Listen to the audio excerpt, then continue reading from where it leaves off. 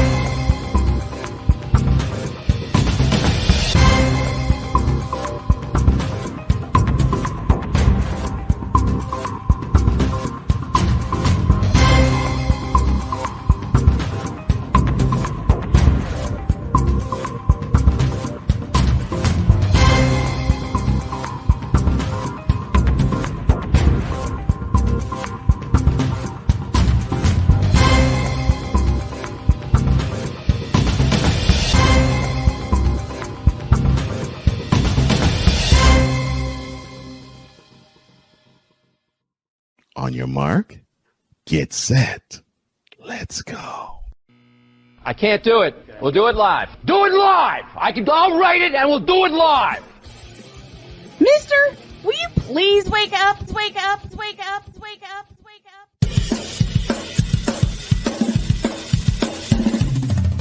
Good morning. Kevin Durant, you should have never left California.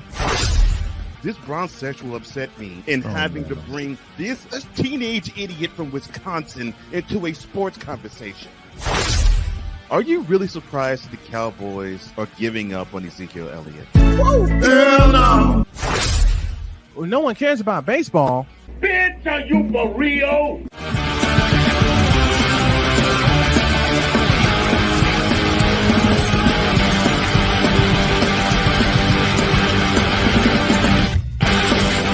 Oh, yeah! Back and better than ever. Good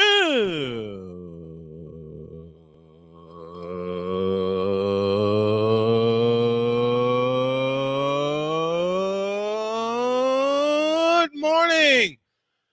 Woo! Welcome to the Manic Monday edition of Snowman in the Morning with Cole Johnson. Glad to have y'all with us. 8 minutes after the hour. We are stacked and packed with some great sports talk as we take you on a 180-minute journey with the best sports talk show in the region, across the nation, and around the world. We all welcome those of you watching on YouTube on both the Snowman Multimedia YouTube channels and the Shady Sports Network YouTube channel. And we also welcome those of you listening on WIRUDB in Chicago, as well as shucks, forgot the call letters, but it's a new station in Chicago, and I'm so happy to be headlining it. Got a lot more deals coming on the way. WQEE in Atlanta, KSOS in Salem, Oregon, and WLEO in Baltimore, Maryland. We welcome those of you who are also watching on the Zebo TV as well as the BS3 network. And welcome to those of you listening on our flagship station, Snowman Multimedia Sports Radio. We got a lot to do and a short time to get there, and had a whip around planned. I still plan on it, but let me say a few things, and let me say thank you to a few people. First off, I want to say thank you to you guys for sticking with me and sticking with the show. And I'm about to cry because y'all mean the world to me. All right? I mean that. Everybody who comes on, everybody who appears, everybody involved. And let me shout out my wonderful awesome executive producer, Mr. Cole Johnson. Cole, I know we haven't been on the air together lately, and I know I've been so inconsistent with this since my health problems rearose. But man, you mean the world to me. That's about the only way I can put it. You mean the world to me, brother. And I would not and could not be able to do this without you. And I mean every single word of that. I can't do this without you. I just can't. And let me shout out both my guests that I'm going to have today, or all of them, to VIKALAAH. Thank you for the gift of your friendship for the last 24 years. I had a talk with him this morning, and he said most men don't get along or be friends for a couple of years, let alone 24 of them. I can't thank you enough for hanging with me and sticking with me through all the tough times, through everything. Oh my gosh, I'm gonna cry. Let me thank some people in the chat. Rye, the Aces and Hawkeyes guy. Brother, we have a Big Ten tournament to cover. And though I just met you, I can't tell you how much you mean to me with everything that you're doing, and all kinds of support that you have given me. To the fellows, my beer bros at the Strikeout Beer Podcast, Alan and Rapid Dave, thank you to you for the appearances that you've allowed me on your program, and just being there to listen. Just being there to listen. To my buddies Tank Spencer and Jeremy Green from Asheville, North Carolina, and ESPN Asheville, thank you to you for sticking with me. I plan to have Jeremy on hopefully later this week. The Angry Black Man's in the house. Thank you to you for checking out today's program. You and the rest of the chat and everybody tuning in, very much appreciated. To a fellow I'm going to have on later this week, Michael Lyle. Man alive. Michael came to me and said, let me know. He said, what do I do when I'm presented an opportunity? I said, he's a big time Giants fan. I said, strap on the headset and be like Otis Anderson. Just be like Otis Anderson and plow over the goal line. And I also gave him a Price is Right reference when I said, when you see that opportunity and you get it, you call me and say, welcome to the Price is Right. Well, about a month after that, he called me and said that very thing. And my gosh, I'm shaking. My gosh.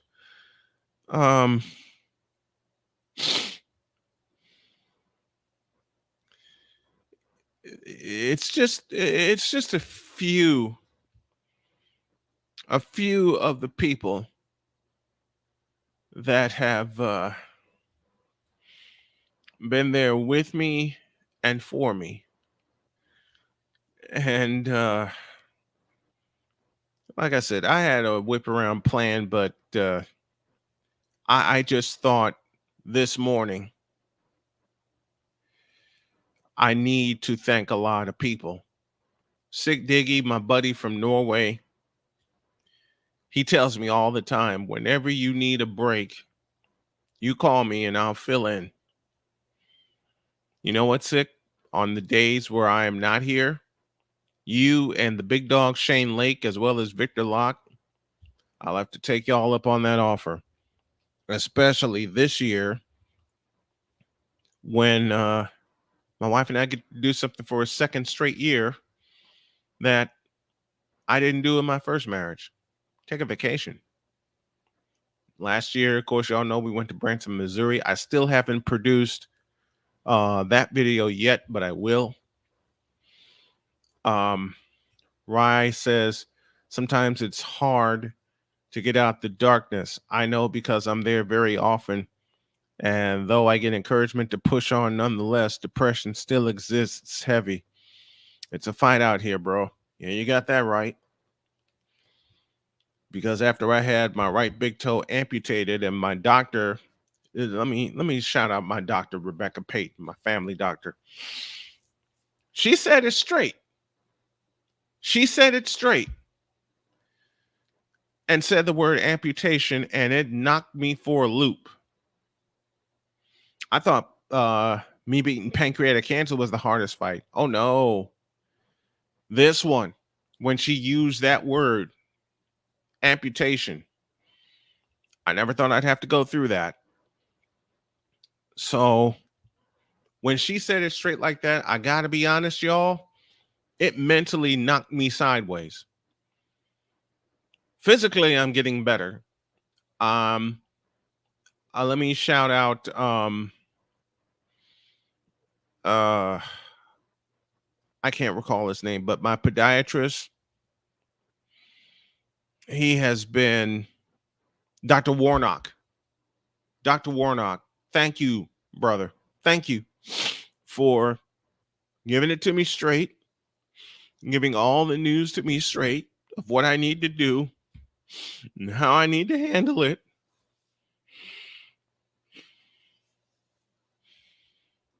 And all the fights that I've been through physically, all the fights that I've been through mentally, is going to be worth it. My counselor, thank you for not only getting in my head, but staying in my head and giving me the encouragement to push on. A la my Northwestern Wildcats, push on and push through. To my daughter, Cheyenne, who texted me one night and said, I'm coming over and there's nothing you can do about it. And of course, I got 100 shades of excited. Thank you, baby girl. When I had my cancer surgery and I woke up the next day and I see this fiery redhead come flying through the door with the rest of the doctors while I was in ICU, I said, okay, I'm in good hands because Cheyenne is an ICU nurse. Oh my gosh. Getting all this out is so y'all got to understand. Rye, I know you, and I know everybody in the chat understands. Getting all this out is being very therapeutic. And Cheyenne pointed this out to me. She says, you have a way of getting all your feelings out. And she pointed to this microphone. Cheyenne, baby, I'm going to use it. I promise.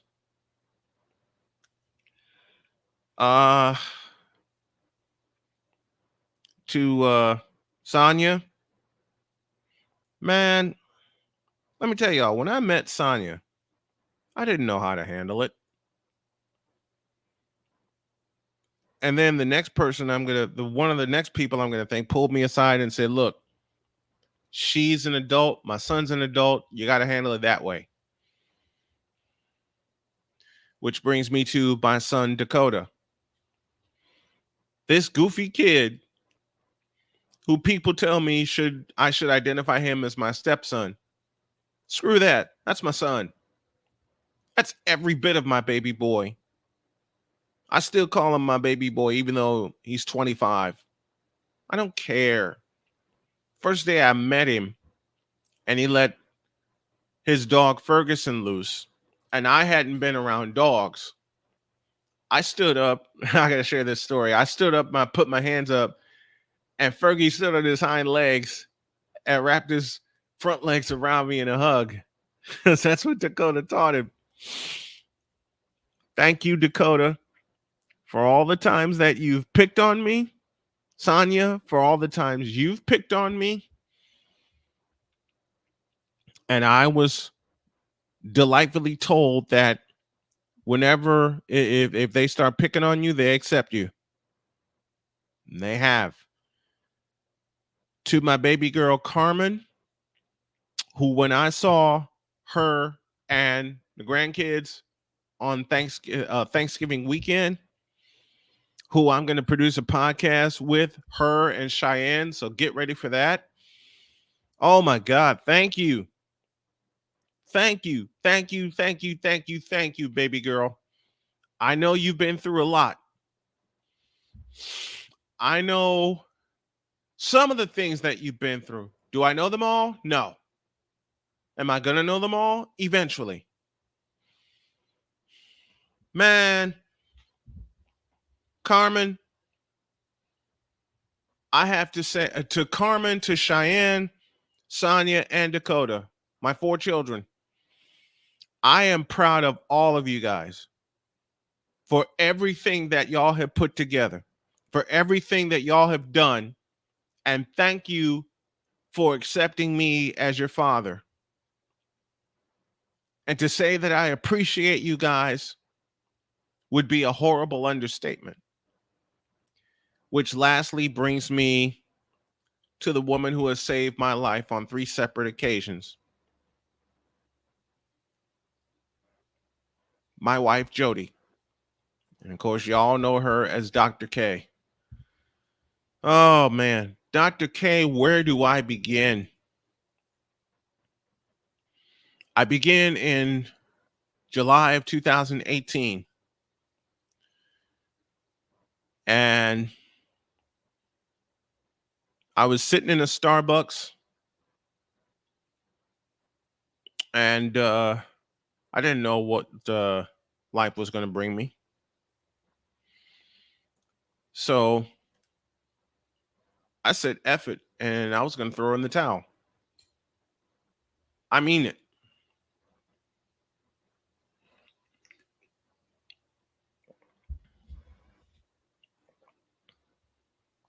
To use the description of my buddy Raphael,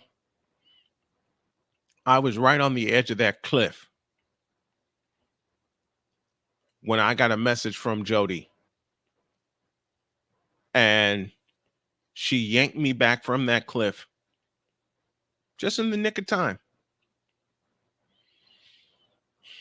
Just in the nick of time. And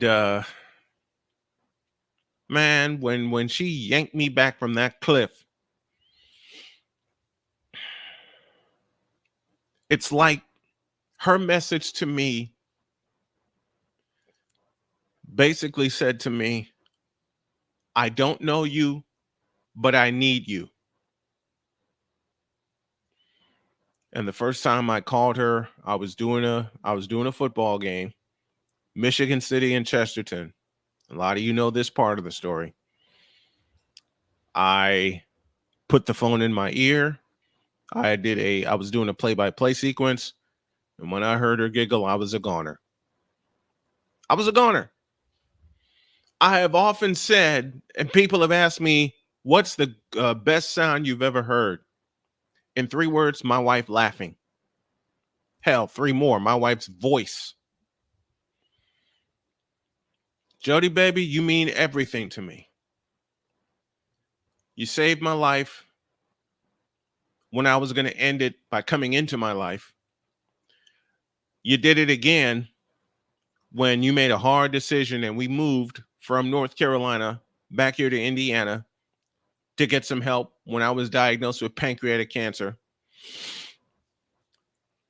And a side shout out to Dr. Raghunath, my oncologist, who made a phone call to Dr. Attila Nakib.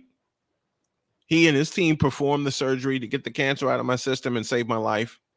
And that all started with Jody making a hard decision to move us back here to Indiana. And lastly,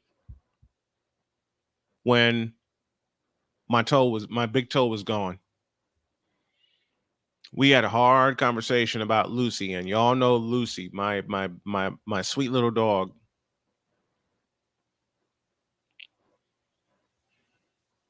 And then we said, no, Lucy can't go. Lucy's my spirit animal. My family is my spirit. So Jody, baby, I will never, ever be able to say thank you enough for lifting me up and allowing me to lift you up and allowing me to be there for you as you have been there for me.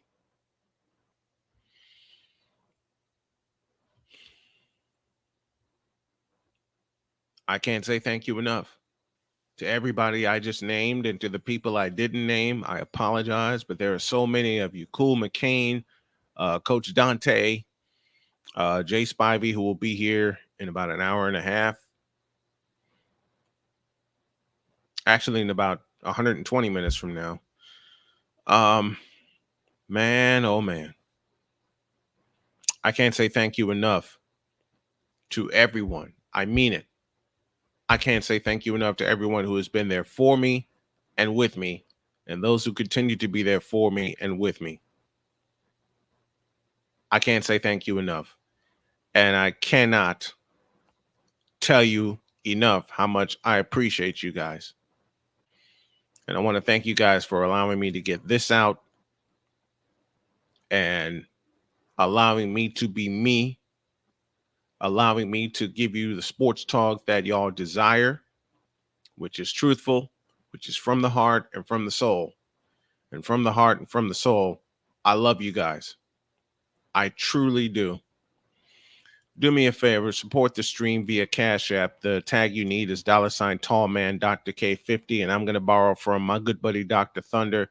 If you can make a donation to this for the lunch gang, he uses hashtag sandwich gang, but I'm saying hashtag lunch gang because by the time I sign off, it'll be lunchtime. But if anybody can help make a contribution for this, not just for me, but for my family, because I have decided this is the way I'm going to help my family. I have decided this is the way until I start getting like real big time sponsors, which a friend of mine is going to help me with. This is what I do, period. I have made the decision, and I made it this morning while I was setting up, and I damn near canceled the show. And then I said, no, I'm committed to this. And I'm going to stay committed to this and to you guys. Oh my gosh. Thank you. Thank you to everyone that I've named and those who I didn't name. I can't thank y'all enough for allowing me not only these moments, but allowing me into your homes for the past 10 years. Whether it was an hour, whether it was 4 hours, or whether we're settled, whether it was 2 hours, or where we're settled right now, which is 3. Thank you guys very, very, very much. And I love y'all. Back in a flash.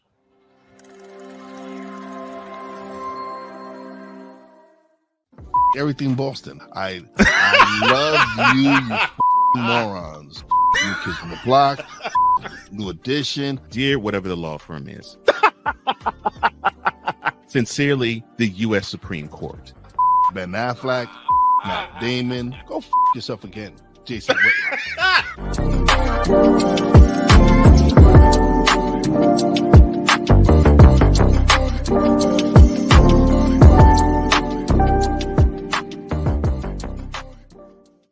Join the transporter to Hades. Your butt and gut becomes one. Join the reformer of hooker whores. This is my daughter, Placenta Booty Johnson. Join the bronze god. Whenever you are in distress, take off your baseball cap and throw it in the air. Join your very own superhero of broadcasting, Chris Bass. So whatever color crown they get, they palm it and do 2 circles, and that translates to, I can beat up black people. As he takes you through the week's paces in Baseline. Live every Saturday at 8 a.m. Eastern, 7 a.m. Central, No, Pacific Time Zone people, just stay asleep when this is on live and just catch the recording. Oh, I'm sorry. Exclusively on the Chris Base YouTube channel.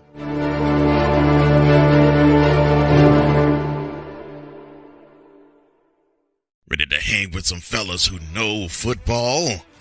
Let's ride. LC Muscles 28. I think they're the most overrated defense in the league. Steel Sermon. We did not trail for a single second. Tiny Tim. McCarthy is a bonehead. A Pizzle 90. I'm going with my boys. Spins up, baby. Get ready for the Four Horsemen of Pick'ems. Every Wednesday night at 10 p.m. Eastern, 9 p.m. Central on YouTube.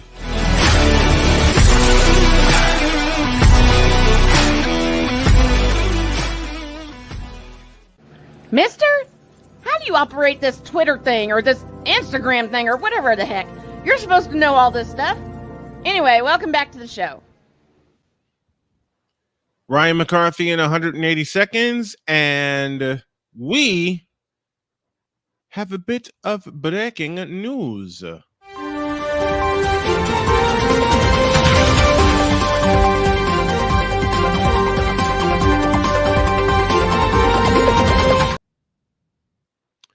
Here's the news. Mike Evans agrees to a contract extension with the Tampa Bay Buccaneers, a 2-year, $52 million contract, which includes $35 million guaranteed per his agent, Derek Gilmore. Evans, who was to enter free agency next week, now has a real chance to start and finish his career as a Buck for life in Tampa.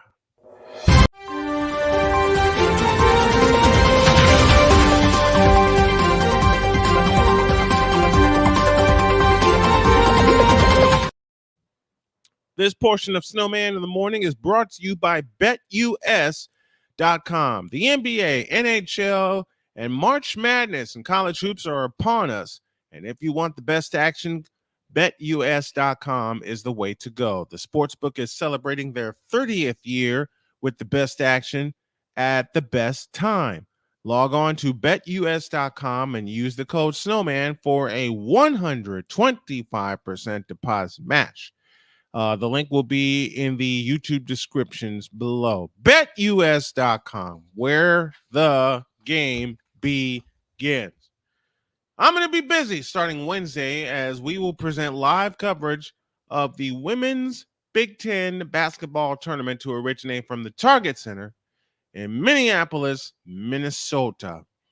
All right, 34 after the hour, and I have someone to welcome.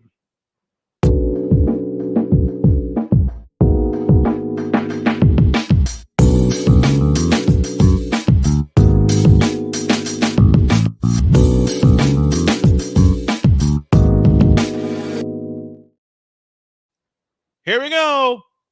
The Irish coffee man himself, Mr. Ryan McCarthy, is in with us this morning. How you doing, brother? I'm doing all right. How about yourself? I'm doing good. I didn't get a chance to thank this guy, Ryan McCarthy, for being a part of the program. And I had someone ask me recently, how did McCarthy happen? I slipped. I had a party. And you were there in the chat when I did it. I was working on about an hour's worth of sleep. I had been up all night the night before. Jody came in and said, "Are you okay?" I said, "I'm fine." And I was rolling too. I had 4 different projects to do, got done with 3 of them. I finally came to bed at about, I'd say 6:30. Just when she was getting up. She went off to work. I slept for an hour. I came back. You had made a comment, and I hadn't. This answer your question, folks? I haven't had any of this yet. and instead of saying McCarthy, I said McCoffee. It slipped and it stuck. I think Wise was there too at that time. Yeah, I think Wise was he said, there, and Wise, thank you, Ryan McCoffee.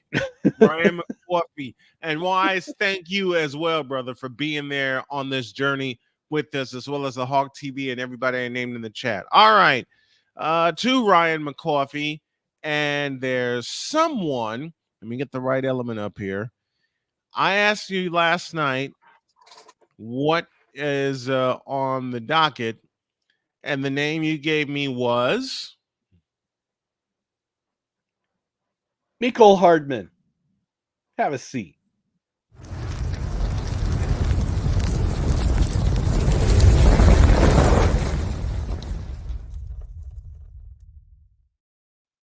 and go. Oh my gosh, where do we begin? Let's start last week when Mecole Hardman appeared on the Pivot podcast with my fellow namesake Ryan Clark on that four-letter network. On that four-letter network. This is gonna be good already. I know it. Oh my! And he basically, I would say, loosely admitted to tampering when 2 weeks before the trade deadline he said, I mean, I can't quote because we don't have to. I'm just paraphrasing here. He basically said to Patrick Mahomes and to Brett Veach, the GM of the Kansas City Chiefs, "Come get me."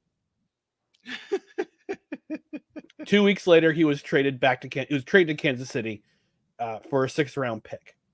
But then there's more. There's more to this. Oh, there's more. And there's more. And there was some leaking coming out of Jets camp from a few players, Sauce Gardner being one of them. Oh no. That Mecole Hardman had allegedly leaked game plans to his former team before week 4 and to the Philadelphia Eagles before week 7. Now, the ironic part is, and this is, I'll give credit to Connor Hughes from SNY. He's the one who put out the tweet. He said, ironically, Zach Wilson had one of his best game of the season, possibly of his career, against the Kansas City Chiefs on Sunday night. And then the Jets defense. Yeah, right. Go figure. The game plans get leaked, and yet Zach Wilson balls out with the exception of that one fumble towards the end. Which cost the game, as we talked about. It's unfortunately cost them the game because the Chiefs bled the clock and they got the benefit of a non-holding call on third and 20 something. Yeah, and they got the benefit of a holding call on an interception that could have changed the game. So that's neither here nor there. Right. And then the Jets defense have arguably their best game of the season against the Eagles. And they forced 5 turnovers in that game. They forced Jalen Hurts to throw 3 interceptions, including which led to the game-winning touchdown. Yep. And he allegedly leaked those plans. So Sauce Gardner's coming out. Kenny Oboa's coming out. There's another player who came out and said, yeah, he leaked game plans. And what's interesting is that here's the interesting part. Now, when Aaron Rodgers, I think it was on Pat McAfee or did a press conference, he said, yeah, we got rid of the leaks and now we got to move forward. Which has me stroking my beard and wondering, I wonder if Mecole Hardman was the leaker. Mm-hmm. So then on Friday, before our Saturday brunch show, which don't watch it, go back and watch it after the show. Yes. After the show. Yes. We talked about it some more. And on Friday, he came out and said, "No, that I didn't leak game plans. That's outside my character. It's I would never do that. Blah blah blah." He posts that on Twitter. But then I asked my coworker, my co-host, not coworker, my co-host Dustin. We talked about it in detail, and I asked him if because now he's a free agent because he only signed a 1-year deal with the Jets, right? And he got traded back to Kansas City, so now he's going to be he's scheduled to be a free agent. Again. I asked Dustin again, yeah. I asked Dustin if these allegations come out, and he's a free agent, would you want to take a chance on him? And his reply was, I didn't even finish the question. He immediately said no. No. Because if these allegations are true, why would you trust him? The only place I could see him going is staying in Kansas City for the rest of his career. If these allegations came out, and they're found out to be true, then personally, I don't think he should ever play in the NFL ever again, because you can't trust the guy. Right. And look, I also mentioned too, I said, you had a bad experience with the Jets, and I gotta read you this tweet from Thomas Morstead. From the top rope. He comes out on Thursday or Wednesday, and this is what he said. Get the button ready. Get the button ready, Snowman. Get the button ready. Which button am I getting ready here? Well, okay. Who is it? Who is it again? Thomas Morstead, punter. Thomas Morstead said, quote, "Be careful getting information from disgruntled former employees. Getting beat out by a rookie free agent after being guaranteed millions of dollars is tough to deal with. Entitlement is a killer of opportunity. You have to earn it every year." Close quote. So yeah, this dude got beaten by an undrafted rookie free agent in camp. Partially because, part of it was because he hurt his hand. He hurt his hand in camp. I get it. You get hurt. That sucks. But you're the one, and you figure you were there because Aaron Rodgers gets traded to the team. You're gonna figure, all right, I'm gonna ball out with one of the greatest quarterbacks of this era. He gets hurt 4 plays into the season, and you can't seem to get utilized by that guy, Nathaniel Hackett. And pardon the background noise. I got contractors here. Understood. But you're the one who has to make the opportunity for you. Yep. Like, if you're not on the field, help your fellow receivers. Help the guys who are like Xavier Gibson, and I can't remember the other receiver on the Jets who was undrafted free agent who won the job. Hang on. Real time research, folks. Depth chart. Real time research. Okay, so I can't remember his name, but he was an undrafted free agent too, and he was also the one featured during Hard Knocks.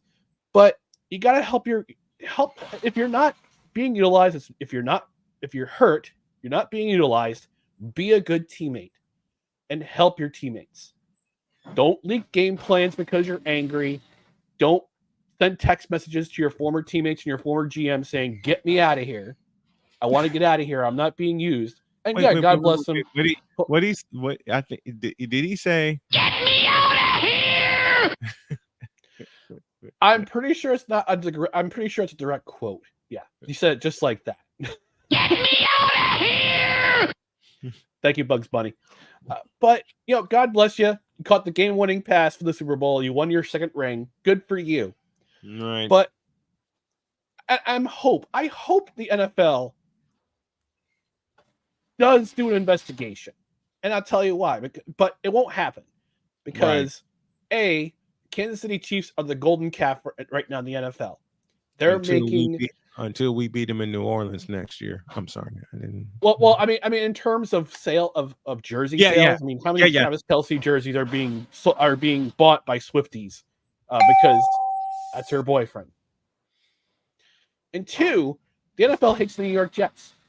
They hate the New York Jets. They don't want to see him succeed. And Roger Goodell was a former intern with the New York Jets. So you will not get a tampering investigation. You will not get an investigation into possible cheating by Mecole Hardman. Mm-hmm. But all I can say to Mr. Hardman is be a better man.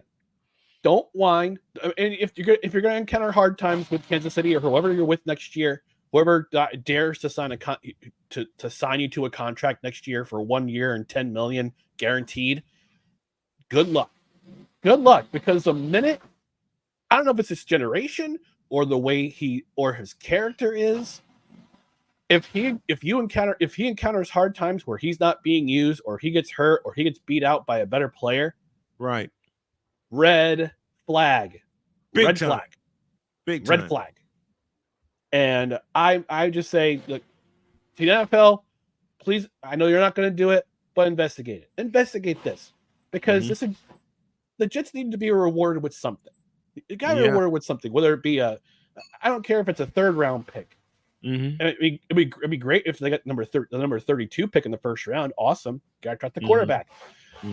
But it won't happen. It just won't happen, unfortunately. So, Mecole Hardman. Why'd you say what I was thinking, that they just need to draft a quarterback? I mean, they do. I mean, Zach Wilson's probably going to be traded. Joe Douglas came out and said it during the combine press conference. It's like, yeah, we've granted his request to seek a trade. Like, all right, thanks for coming. But Mecole Hardman, I hope you learn from this experience that nobody likes a snitch, and don't be the leaker. So you're dismissed.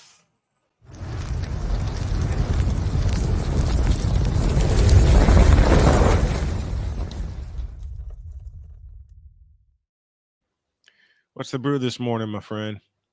I got Cameron's Hawaiian blend.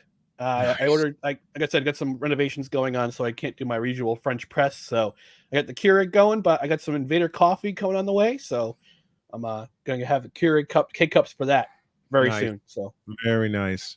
Very nice. Oh, and congratulations to the greatest scorer in basketball history on Saturday. What? Oh, you spoiled it for me. I was going to say Caitlin. I'm sorry. I'm sorry. Oh, man. I'm sorry. Can I start over? Yeah, Rewind. Go. Okay. Congratulations to the greatest scorer in basketball history, Caitlin Clark. Indeed, man. Indeed. I mean, you know what? We talked everything that was wrong with some of the all-star games, NHL, NBA, NFL. Dear God, don't get me started. But the shootout with Stephen Curry and Sabrina Ionescu, I was intrigued, and that was the only 2 minutes I watched from the entire All-Star weekend. And I think it's going to be a fatal. I don't mean to interrupt you. I think it's going to be a fatal 4-way next year with Steph Curry, Ionescu, Caitlin Clark, and dare I say Dame Lillard, maybe either him or Clay. Either him or Clay, because shucks, it might be the Splash Brothers and Damian Lillard against Ionescu, Caitlin Clark, and another one, like a 6-man tag. Is Kyle Korver still playing in the league, or did he retire? He retired. Okay. I would love to see him come back and be part of that fatal 4-way. That would be fun, wouldn't it? That would get me interested. I mean, come on. I mean, I'm not a big basketball fan. Really, we don't really cover it on our show. No crunches required, but right. I'll put it out there. I'm a team free agent. Like I don't have a team right now. I followed the Bulls back in the 90s. I followed the New Jersey Nets because they were from New Jersey. Then they moved to Brooklyn into that shadow realm. The shadow realm. Why they made that move?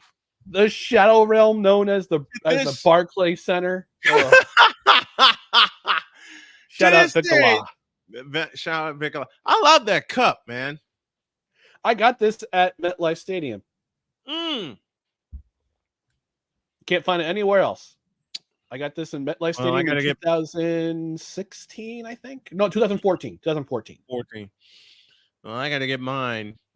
I have to make sure it's not dirt. I have to wash the thing because my daughter got me that cup for Christmas. Yep. The 49ers Cup. Yes.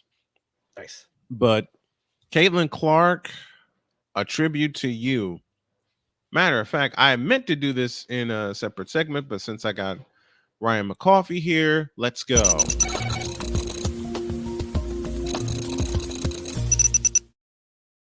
This will be done twice. This is the first one, and then when Jay Spivey gets here in about an hour and a half, we'll talk about this again. Wait, hold on. I have to do this. What? A black man talking about women's basketball?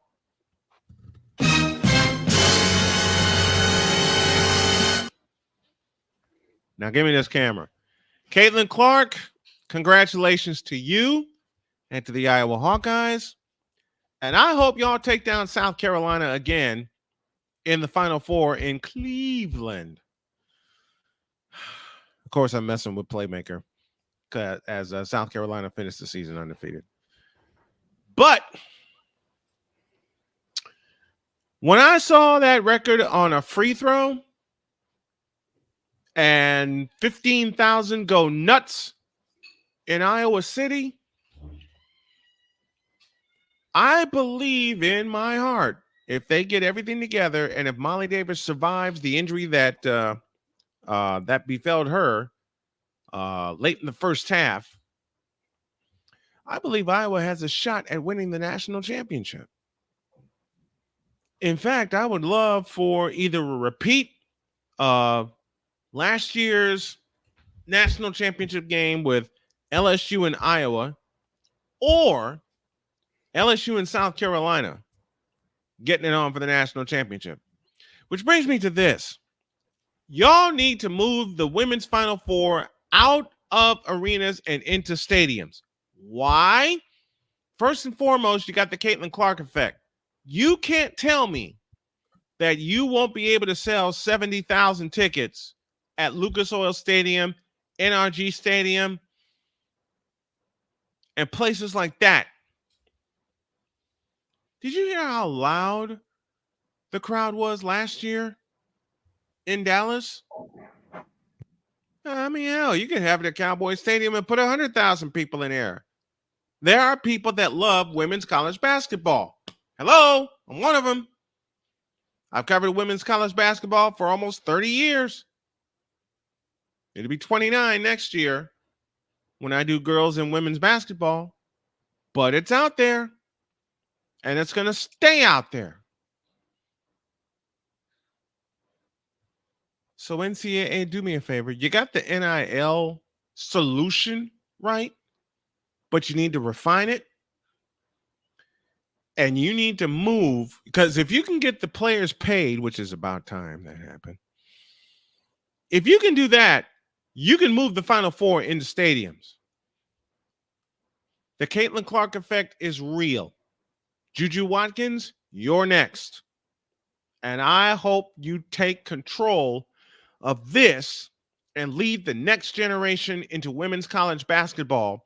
Since you're playing at USC, I hope you repeat or exceed the exploitations of Cheryl Miller or Cynthia Cooper or, dare I say, Caitlin Clark.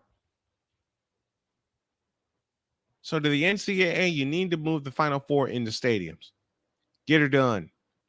You can start with 40,000, like at the Dome in St. Louis, or you can open the whole stadium. And I close with this. If you can put 55,000, if the University of Iowa can play a game at Kinnick Stadium and put 55,000 people in Kinnick Stadium on a warm day in October, then you can't tell me you can't put 55,000 people in a stadium for the Final Four for something very, very significant. Stop the cap. That's Snowman's take. What is yours?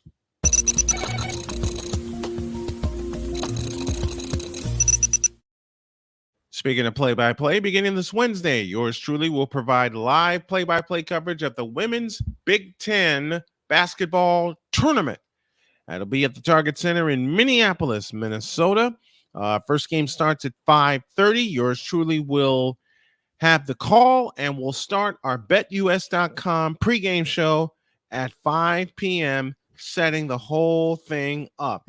And this portion with Ryan McCarthy is brought to you by Invader Coffee, aiming to serve only the highest quality organic air-roasted coffee beans sourced from free coffee trade farms all over the world.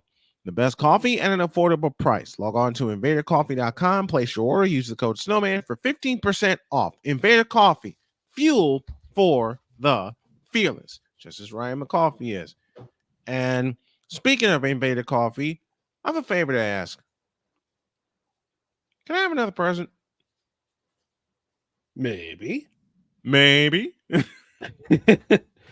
Before I get out of here, though, I do want to ask you about this news that came out on Saturday about your San Francisco 49ers making a couple of hires.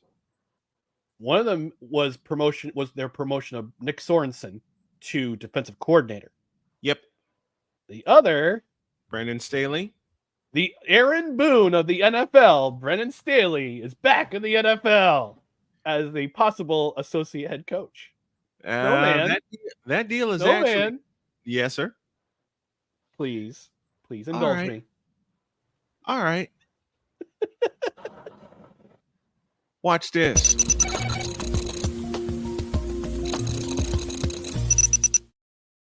Give him this camera. He wants me to indulge. I shall indulge. Give me this camera. Give me this camera. Brandon Staley is not a head coach. Thank you, Lord. He's working under a coach that will keep him in line. Thank you, Lord. Brandon Staley has been banished to be an associate head coach. Okay? I can handle that. It's him being a head coach of an actual football team, which frightens the out of me. He has people above him. He cannot and will not ruin my beloved 49ers. Why? Because if he tries, then Kyle Shanahan will kick him in the ass. Oops. Hold on a minute. I'll say it. I will say it and I will say it again. If Brandon Staley tries anything to wreck this 49ers team, which I believe will win the next 2 Super Bowls, Kyle Shanahan will kick him in the ass. Hard. That's my change jar.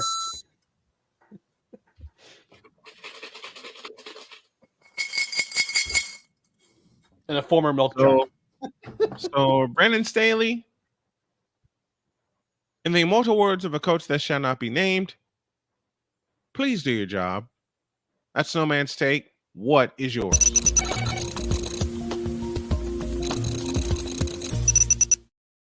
That answer your question? I'm satisfied. Because I know I'm gonna get it most of this week. That's Ryan McCarthy appearing this morning, presented by Invader Coffee. All of our guests appear on the Invader Coffee hotline.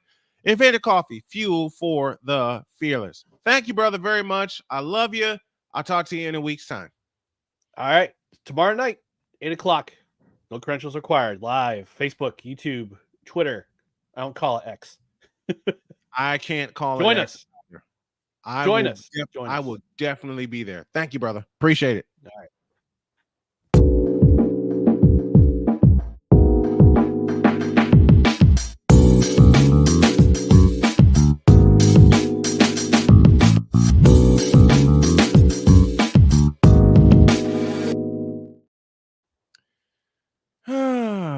Love you, Ryan McCarthy. So much.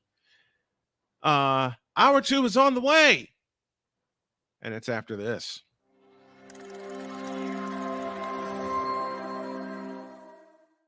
Everything Boston. I love you morons.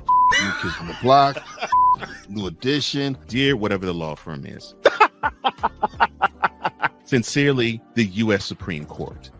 Ben Affleck, Matt Damon. Go yourself again, Jason Whitlock.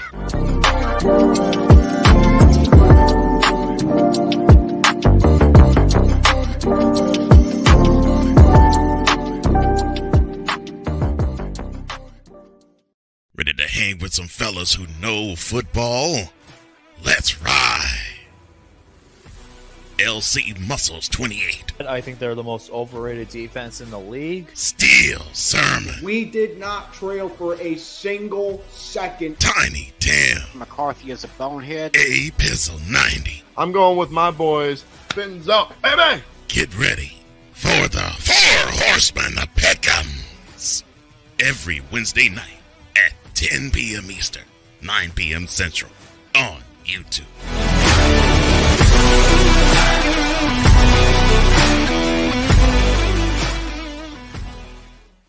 Poppy J. You got the option to cry for the government. You got the option to protest. You got the option to keep buying. But this is also an option. Wise El Jefe. We're the first tech geeks. We're the first gamers. We're the first everything. Everything. Like Gen X's, we are the ones. BS3 Network proudly presents the crew from the New York boroughs who never wants that smoke. Nah, they want that fire. Poppy J and Wise El Jefe. Fridays at 9 p.m. Eastern, 8 p.m. Central. Check your local listings for your viewing and listening pleasure.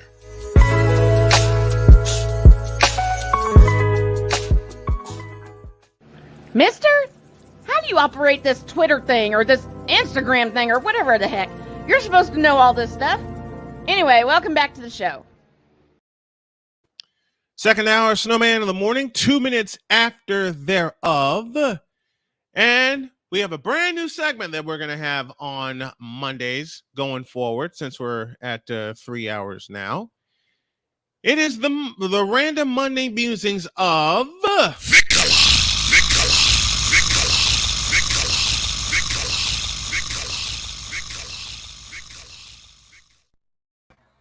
Let's open the line and go to Chicago. Victor Locke joins me from my hometown in Chicago. Good morning, my man. My brother, how are you doing? Can you believe we've been friends 24 years? Is that not crazy? It is amazing. It's a testament to what two men can do when they got love for each other. And it's hopefully we set that standard. You know what? Before we get started, I got to share this funny story. I'm living in Gary, Indiana, and Victor called me, and we're talking, and about 30 minutes in, he says, well, I got to find a YMCA place. I went, huh? And he says, yeah, I got to find a YMCA place to live. I said, oh, hell no. And Victor dropped his phone and went, what? Bring your crazy ass out here. And he said, are you serious? I'm serious as a heart attack. Bring your ass out here. 40 minutes later, I had a roommate. And thus began the crazy misadventures of us living together. Oh, my God. I'll share this one. I'll share this one before we get started. Victor and I, if there's one food Victor and I love, it's pancakes. Mm-hmm. We were at Ho Chunk Sports Complex outside of Lansing. We get rained out, so we didn't do any games, but we still got paid for all the games that were scheduled that day. So we're flying out, and Victor says to me, I'm hungry. Right on cue, my stomach starts growling. Mm-hmm. And I'm like, okay, where do you want to go? He says, let's go to IHOP. Oh, hell yeah. Fly into IHOP. And the waitress, bless her heart, sees two crazy men there, hungry crazy men, both of us laughing. She comes by, we get our appetizer, and she looks at us and says, what would you guys like to have? We both turned to her at the same time and said, pancakes! Immediately. And what's funny is that there was a church service that just broke out when we got there. So the church folk is in there, and they're all saying, They are also saying pancakes. Pancakes. Oh dear Lord!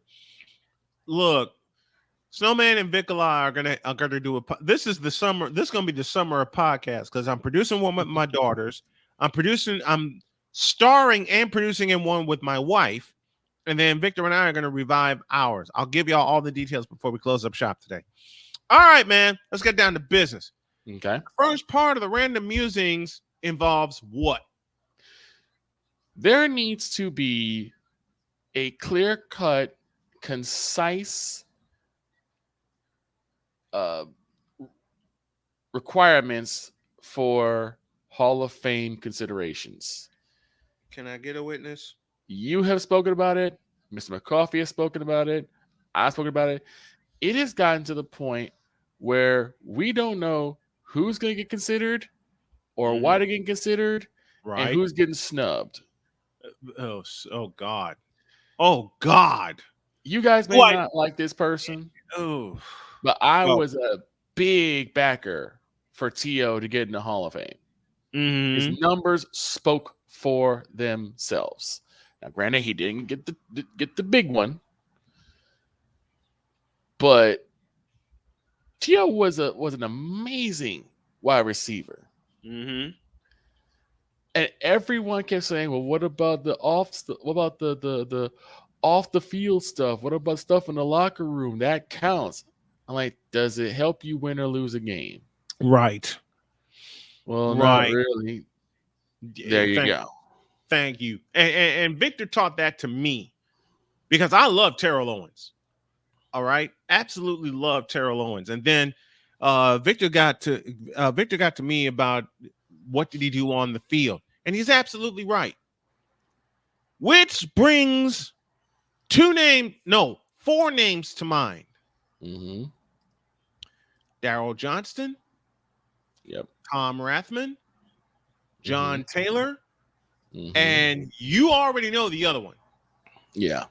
Roger Craig.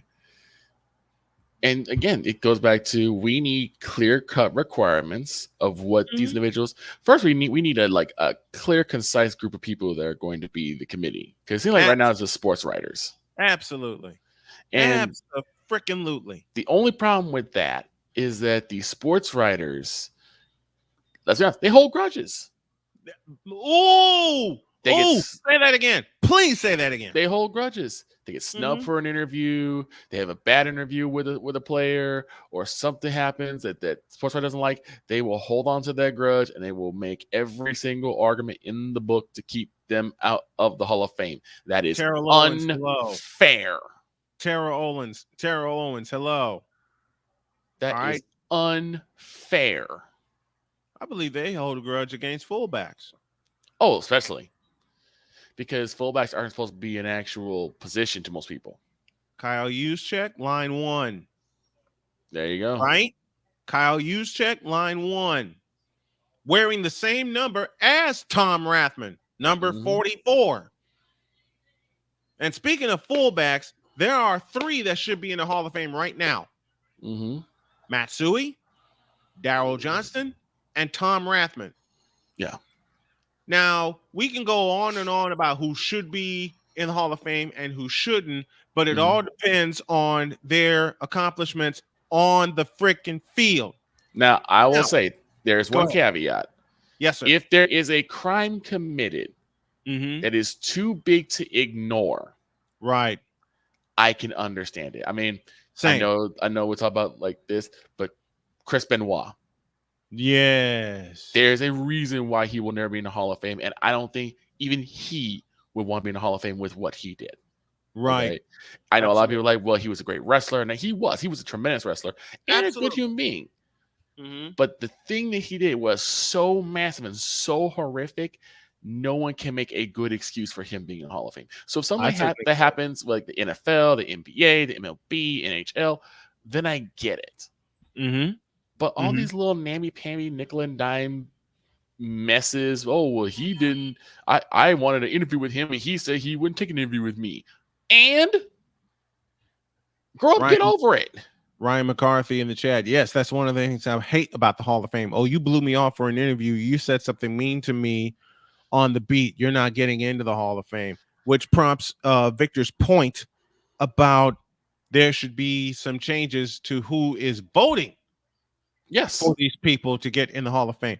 Now, the one name I will continue to say should be in the Hall of Fame right now, and he will never be in the Hall of Fame because people look at his numbers and say, well, he's not worthy of the Hall of Fame because of his numbers. Okay? Roger Craig. Roger Craig. Which is ridiculous because you have people with similar numbers to Roger Craig that are in. Why is he not in? Why is Marshall Faulk, and I love Marshall Faulk. Don't get it Absolutely. twisted. I love Marshall Faulk from his days at San Diego State. Mm-hmm. But let's be completely fair. Let's be honest here. Yes. Why is Marshall Faulk in the Hall of Fame for 1,000 season and celebrated, and this man isn't? Sandy, give those guys a little extra weight. Roger Craig still on his feet, still running. What a run by Roger Craig. You'll never see a better one than that. It was from 1988, courtesy of CBS Sports. And y'all want to know the weird thing? That year, he did something that people forget. He led the league in rushing. Yeah. 19. Look it up, folks. 1988. Oh, by the way, the 49ers won the Super Bowl that year. Just thought you know. Just thought you didn't want to know. just thought y'all wanted to know. 49ers won the Super Bowl, and the Niners, I believe, Ryan, hit the live research if you would. I believe the 49ers are the only team with 200-yard receivers in the same Super Bowl. Jerry Rice, of course, who caught 11 for 215. Roger Craig caught 9 for 101. Nah. And you go back to so you're saying that Marshall Faulk, who had comparable numbers to Roger Craig, he's allowed in, but Roger Craig is not. Exactly. Not to mention Roger Craig has won Super Bowls. Just 3 of them. Like Marshall Faulk did. Just like Marshall Faulk did. Marshall Faulk has won 1, but Roger Craig has won 3. Right. Why is Roger Craig not in the Hall of Fame? So it goes down to who is voting. If you want to talk about championships and people want to judge players and people by championships, folks, Roger Craig has 3 of them. And I understand that because people will say, well, all the stats don't matter if you don't get the big one, which is a lie. Which is a lie, but go ahead. I do understand that to some degree. Because we look at certain other people in other sports where they have a lot of stats, but they don't have the chips to back up. We'll save that for Wednesday. Exactly. But you also have to look at the impact that these players had. And Roger Craig, let's make no mistake about it. None. Was an impact player. I mean, when a lot of people don't know this, when Roger Craig was drafted by San Francisco, he was a fullback. He was a fullback at the University of Nebraska. All right. And then all of a sudden, Tom Rathman gets drafted, and he's the fullback, and the next thing you know, you have an award-winning backfield. Right. You have award-winning backfield. What is wrong with this? Okay, and Roger Craig didn't get recognized. What is wrong with this picture? I have no idea.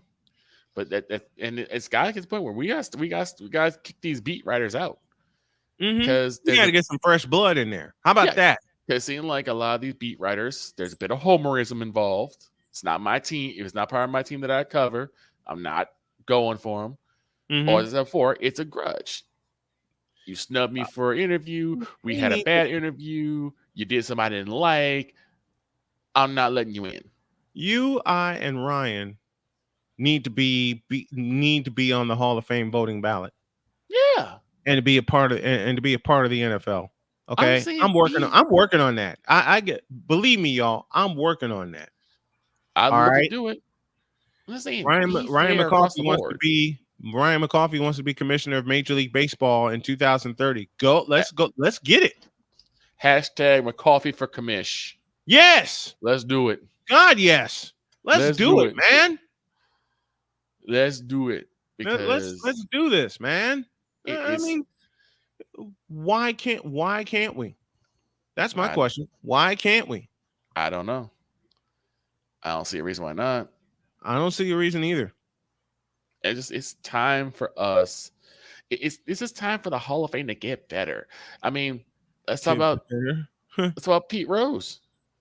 Oh God, Barry Bonds. Mm-hmm. Still not in the Hall of Fame. Why? Roger Clemens. Because the government has a grudge. And listen, I do not condone performance enhancers. I do not condone the use of performance enhancers. LeBron James, I'm roasting your ass on Wednesday about that. Oh yeah, I'm dropping look. The bomb's already been dropped. Right. Okay, let's be real. The bomb has already been dropped. Well, let's also look at this. Like, okay, performance enhancing drugs, especially in the form of baseball. Mm-hmm. Yes, it allows you to hit harder. It does not train your eyes. It does not enhance your eyes, your vision. It does not enhance your timing. Mm-hmm. It does not enhance the other intricacies that allows you to not only hit the ball, but hit the ball for power. Mm-hmm. Barry Bonds, Mark McGuire, sweet Lord, Mark McGuire, Roger Clemens, Andy Pettitte, Rafael Palmeiro, Sammy Sosa, all should be in the Hall of Fame. McCarthy for commish, absolutely. Going back to football, there's a receiver that should be in the Hall of Fame that did this on a Monday night game. Sight adjustment. The quarterback and the receiver must see the same thing and agree on it and alter their throw and route accordingly. Misfire that time. Craig is in motion on 2nd and 10, and Montana this is from 1989. As he hits the tight end Brent Jones, his 4th catch of the game, out to the 8-yard line. It'll be 3rd and 3. Believe me, folks, the play I want to highlight, the player that I want to highlight is coming up here very, very soon. All right. Good morning, Wise El Jefe. I hope you're doing well, my brother. I understand the loss of it. I understand the loss of a parent. Both of mine are gone, but I hope you're doing well, my friend. This is the player I want to highlight right here. From just outside the 8. And Montana throws it wide open to the 20-yard line as Taylor with the defensive back falling down. Newman can't make the tackle. Taylor is inside the 30, inside the 20, inside the 10. Touchdown San Francisco. 92 yards. That's the player or one of the players on that team that should be in the Hall of Fame. John Taylor out of Delaware State. You know what's so sad? John freaking Taylor. You know what's so disrespectful about that? Is the fact that he knew exactly when to make his cut. Mm-hmm. And he hesitated for just a smidge so the defender could go right past him and fall down. And all I can think is push those children out of the way. Mm-hmm. That's knock down the paralyzed cornerback. Yep. And get into the end zone where I can celebrate help with others. But why? What? Speaking of wise, this is Wise El Jefe. This is for you. The following is a public service announcement from Wise El Jefe. Boston. This has been a public service announcement from Wise El Jefe. I'm saying that for a while. Yes. Coming up. Yes. We are 1 month away. Mm. We are 1 month away. Baseball. Yep. Baseball. Why isn't Don Mattingly in the Hall of Fame? We can go on forever about people who should be in the Hall of Fame, but we're up against the break. Let's pause and come back. More random musings with VIKALAAH and the Cowboys. I'll just leave it there And Victor and I are going to have some fun with the Cowboys being stuck forever in mediocrity. Back after this.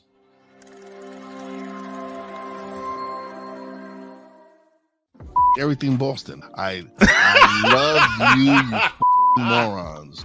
New Kids on the Block, New Edition. Dear whatever the law firm is. Sincerely, the U.S. Supreme Court. Ben Affleck, Matt Damon. Go yourself again, Jason Whitlock.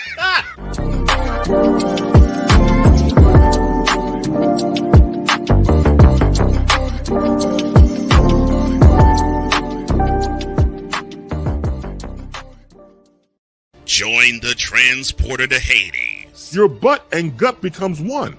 Join the reformer of hooker whores. This is my daughter, Placenta Booty Johnson. Join the bronze god. Whenever you are in distress, take off your baseball cap and throw it in the air. Join your very own superhero of broadcasting, Chris Bass. So whatever color crown they get, they palm it and do two circles, and that translates to, I can be the black people. As he takes you through the week's paces in Baseline.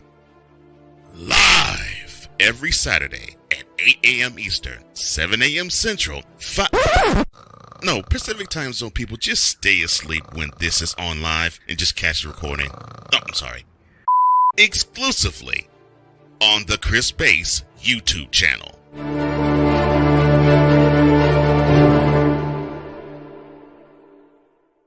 Ready to hang with some fellas who know football? Let's ride. LC Muscles 28. I think they're the most overrated defense in the league. Steel Sermon. We did not trail for a single second. Tiny Tim. McCarthy is a bonehead. A Pizzle 90. I'm going with my boys. Fins up, baby. Get ready for the Four Horsemen of Pick'ems. Every Wednesday night at 10 p.m. Eastern, 9 p.m. Central on YouTube.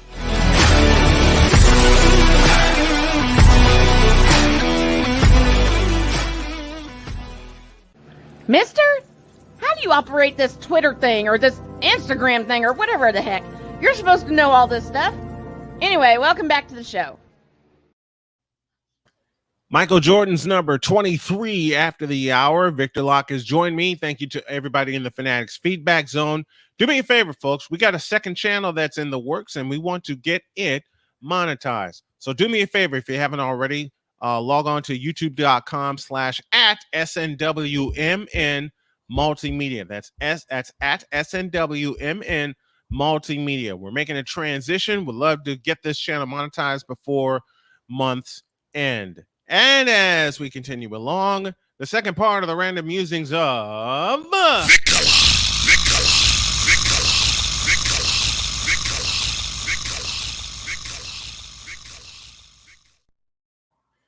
Okay. When I talked to Victor this morning on the phone, I asked him, what's on the docket, because how we're going to do this, Victor's going to pick 3 subjects. I'm going to create the graphics therein, and we'll go just like we did. The first one, Hall of Fame voters and credentials need to be improved or changed. The second one, and Victor heard me drop the phone laughing, and I'm going to let Victor take it from there. Go ahead. So, wait. Before you go, okay. The second subject involves a team very dear to Victor that has a few problems. So, let's get ready to rumble!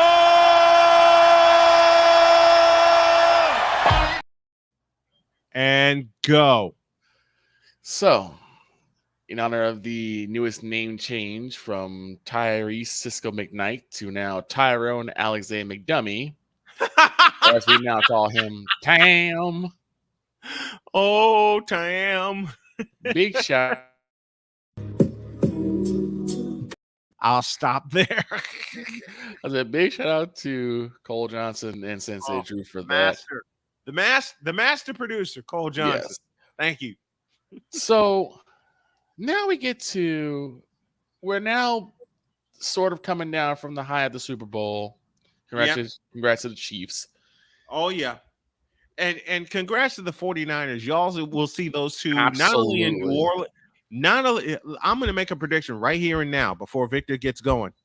Not only will they renew their acquaintances in New Orleans, they're going to do it in Santa Clara. Big ups to the 49ers to become one of the dynamos of the NFL this past season. Which now leads me to my team. And they did it with Brock Purdy. Oops! Which They now did, leads me to my team. they did it with Mr. Irrelevant. Oops! Which now leads me to my team. Oh, dear Lord. The Dallas Cowboys. Yes. The team who is now, I believe, to be the longest team with a Super Bowl drought. Uh-huh. Can I laugh now? No, I'm sorry. Go ahead. And with everything that I have heard and I have read, and you've read a lot, there is no signs of that changing. What? For one, once again, who is our head coach? The clown. Pennywise is still the head coach of the Dallas Cowboys. We're not going anywhere. I'm sorry. I'm sorry, Victor. I'm so sorry for you. And also, who is going to be our starting quarterback for the foreseeable future? Mr. Dak Prescott. That'd be you, Dak Prescott. I will say. Can I laugh now? No, I'm kidding. Go ahead. I will say he did a very good job in terms of stats. Mm-hmm. I don't believe he went over 10 interceptions. Good for you. Oh, God. There is a problem. Oh, dear. Once again, the bright lights, you once again shrank. I have said this multiple times. Dak is not bad talent-wise. Right. He has shown that he can throw the football. He's shown that he can run the football. He's shown that he can be a decent quarterback. The problem is that when it comes to the big lights, when it comes to the bright lights, when it comes to prime time, once again, he shrinks. Mm-hmm. Not even late great Vern Troyer could be smaller than Dak when it comes to the bright lights. And Gerald Dak Daniels Jones still wants to get behind. He still wants to get behind Dak Prescott to the point where the projection for a Dak Prescott extension could be another $180 million. Get the out of here. Yes. Are you serious? He could possibly. Yes, you are. Yeah. What the hell am I talking about? Yes, you are serious. He could possibly get $180 million. I'm saying possibly because we don't know what's going to happen. Oh, no. Nope. Yet, the Cowboys still refuse to actually look for better offensive linemen. They're possibly going to lose Tyron Smith. And I can tell you exactly where Tyron Smith may end up. You already know the answer. If he has been Santa Clara, I'm going to start drinking heavily.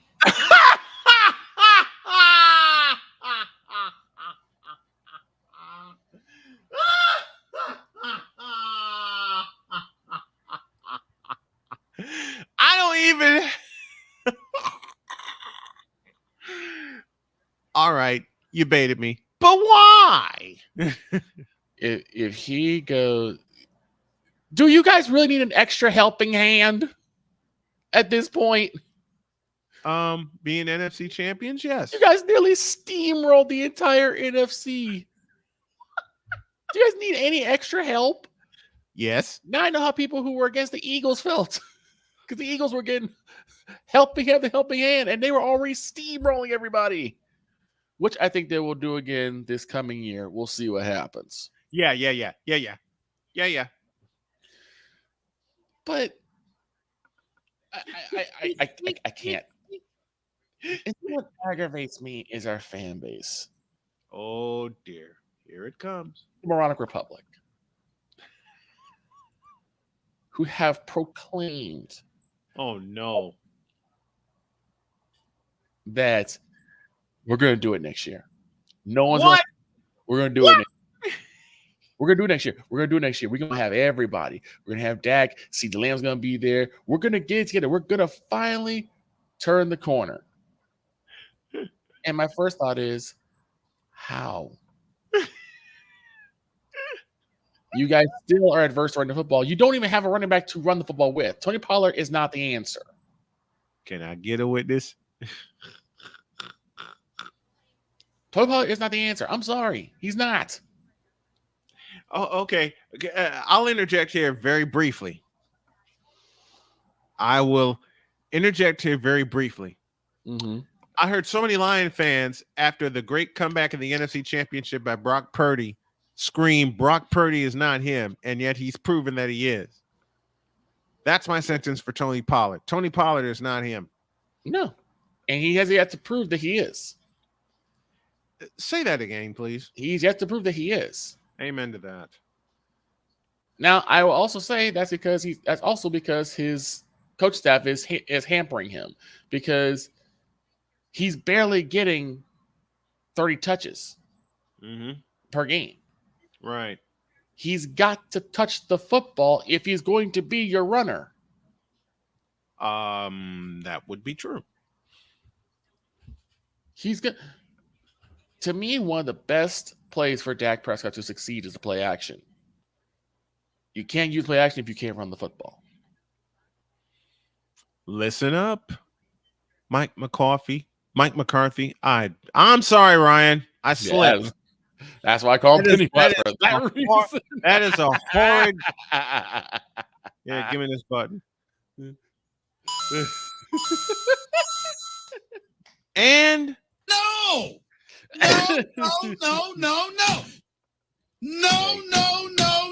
No. But for me, I don't do it, but just to add a little humor, stay off the weed. I apologize for that to Ryan and to you, my friend. Go ahead. So the thing is, and now we're also seeing a slight dip in defensive productivity. Mike Parsons did well. Yeah. But he slipped too. Hey, man, can you say that again? Micah Parsons has also slipped, which I would say, but again, stay off social media. Please. It is getting to the point where the Moronic Republic has expressed to me that somehow, some way, we'll get a really great season. We'll somehow beat the 49ers. I don't know how. Don't ask me how. We'll sweep everybody in our division.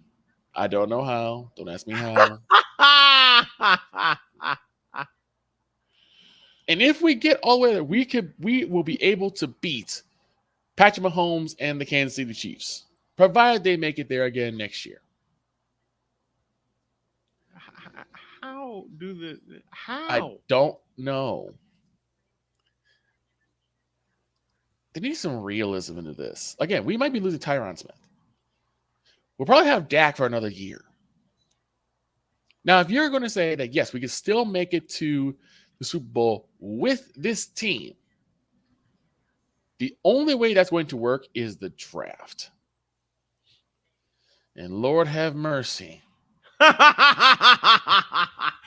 what happened last year, exactly, you reacted live with us. How many? What did we have? Like 8 people? We had 8 people, oh, and four of us were Cowboy fans. Yes. It was myself. Yes. General BS3.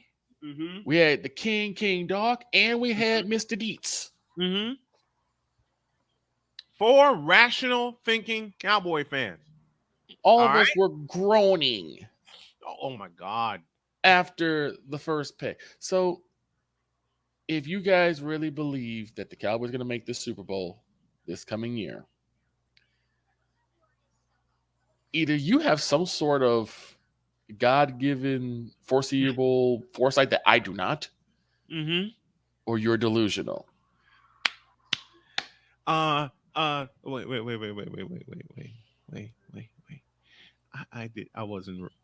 I wasn't ready. Again, either you have some sort of that's so Raven for I can see into the future type of gifts, or you're just delusional. I just don't see it any other way.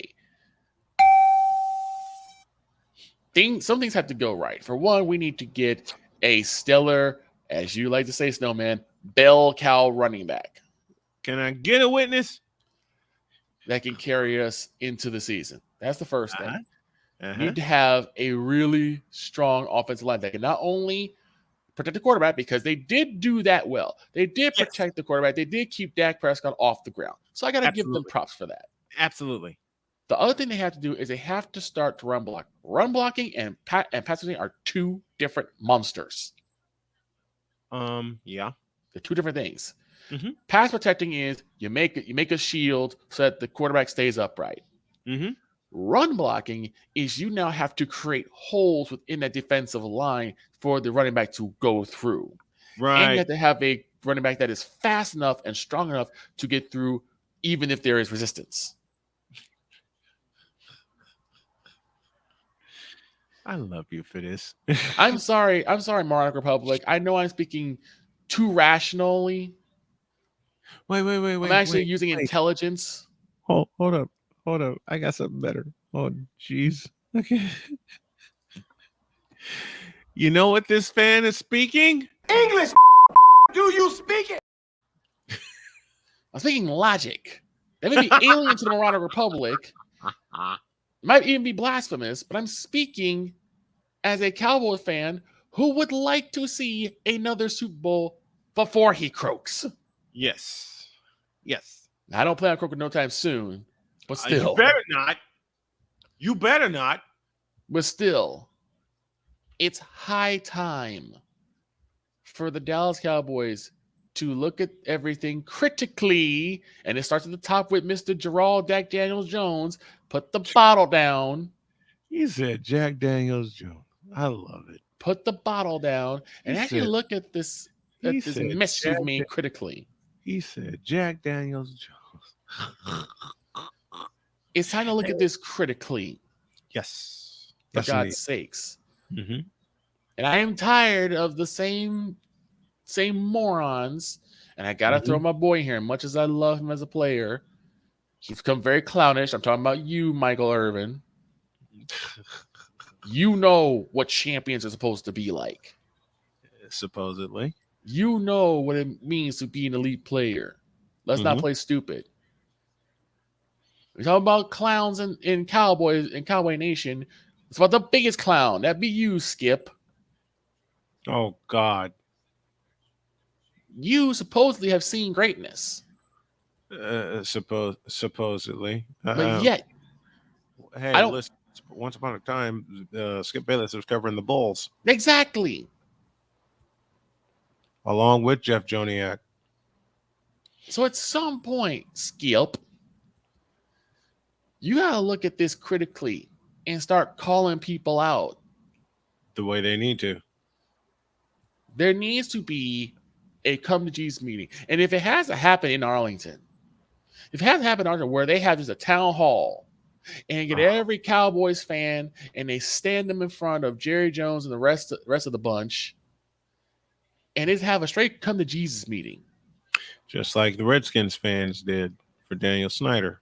Exactly. To explain why they find this so insulting and so aggravating that we keep saying we're going to win the Super Bowl, and yet we don't get anywhere near closer. We took a step backwards this past year. Badly. We didn't make it to the divisional round. We lost basically lost to a rookie quarterback in Jordan Love. Who improved greatly. I will give him that. I will give the man his flowers. I'll pick on Trey Larkins till the cows come home, but Jordan Love has vastly improved the second half of the year, and he's going into this coming year with a whole lot of momentum, folks. Yes, I'll give them credit for that. Mm-hmm. But it's gotten ridiculous. And again, like I said, we are talking about extending Dak for another year. So you guys are still going to hitch your wagon to Dak. Dak is not getting younger. Okay? Not saying he's old, but Dak's not getting any younger. Mm-mm. And the punishment that he has taken these past couple years, save this one, is only going to make it harder for him to succeed.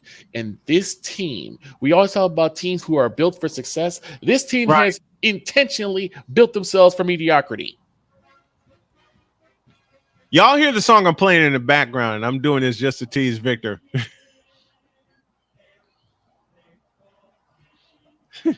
And let me throw a shout out to the most elite of Eagles elites. My brother Cool Breeze McCain, where he says, Mr. McCain, yes, sir. Most O-lines like run blocking versus pass blocking because they get to attack the defense versus being on their heels pass blocking. And that's absolutely true. Yep. Offensive linemen, I was one of them back in high school. Yes. We love to go at the defense. We love to hit people. If we can cause penetration, we love to hit people. Yes. If we can cause penetration and gain a hole or a seam or seal off a corner, that's something else that the Cowboys have not really practiced, is how to seal off corners. Sometimes you can't always go between numbers. I get that. Week 5. There are toss routes. There are toss plays. Week 5. All I gotta say is week 5. Yeah, I know. Week 5, where we got spanked. Well, how do you say it, Snowman? We got spanked by San Fran. And I take the beating every single day or every single year. And I'll continue to do it. I'll take the beatings. Because I'm not going to run away when my team loses. But I'm also not going to sit here and just be like, oh, we're going to give them next year. I don't know how. We're just going to give them next year. We're going to do it.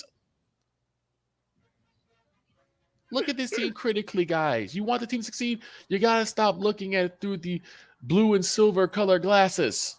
Is it blue and silver? Stop riding blue and silver painted horses when you get one win into Walmarts and Targets. That's ridiculous. Against the bad team. Against bad teams. You're supposed to win against bad teams. Leads to how you guys lost to Arizona. You beat me to it. You beat me to it. It is time for the Morocco Republic. If we have to pull them kicking and screaming into the actual logistic light, that's what we have to do then. Because it is getting tiring for the Moronic Republic to keep going out here and making us look bad. Making us look embarrassed because, oh, we have to look at it as this is how we're supposed to be. It's ridiculous, guys. Would I like to see the Cowboys go to the Super Bowl next year? Yes. Do I see it happening? Yeah. Absolutely not. He said, let's not. Cool McCain, brother, love you very much. He said, let's not talk about Arizona. I understand. I understand. He said, let's not talk about Arizona. That's right, because Arizona beat both of you guys. Yeah. I don't know how. I don't know either. Because when the Eagles lost to Arizona, that gave the Niners the number 1 seed. Because the Eagles were right there. Mm-hmm. If we lost to the I know they changed our quarterback when they punted against us. Mr. McCain, I gotta thank you and Coach Dante, like I did earlier this morning, for your patience and for you putting the foot in my ass about getting everything together. I love you guys. Thank you. Go ahead, Victor. I just can't do it anymore. I can't do it no more. I know that I think they changed quarterbacks when they went against us. I don't think it was Kyler that beat us. No. Kyler was not there. Right. So he had a bit of a better quarterback then, because if we had lost to Kyler Murray-led Arizona Cardinals, oh jeez, I probably would have ran headfirst into the first solid object I saw. I would have ran headfirst. It was Joshua Dobbs. Joshua Dobbs. Joshua Dobbs. But I don't understand how, after such an embarrassing loss, which I've said before was probably the worst loss for the Cowboys in playoff time. Mm-hmm. No, not the one against San Fran where we decided to let our center spot the football. Not even the divisional round where, again, against San Francisco, we decided to allow Ezekiel Elliott, who at the one time was our star running back, to be our center. No, not those. This one hurt more. Because we should have, all the purposes, should have steamrolled Green Bay. Oh my God. We should have steamrolled Green Bay, and we look like rookies against an actual rookie.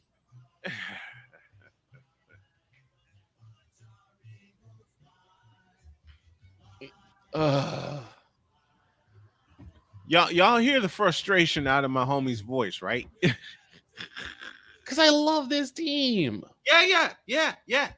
What was it? 1991? Yeah. 1991. I mean, if Dak Prescott could display half the talent of a Troy Aikman, we wouldn't be having these conversations. True.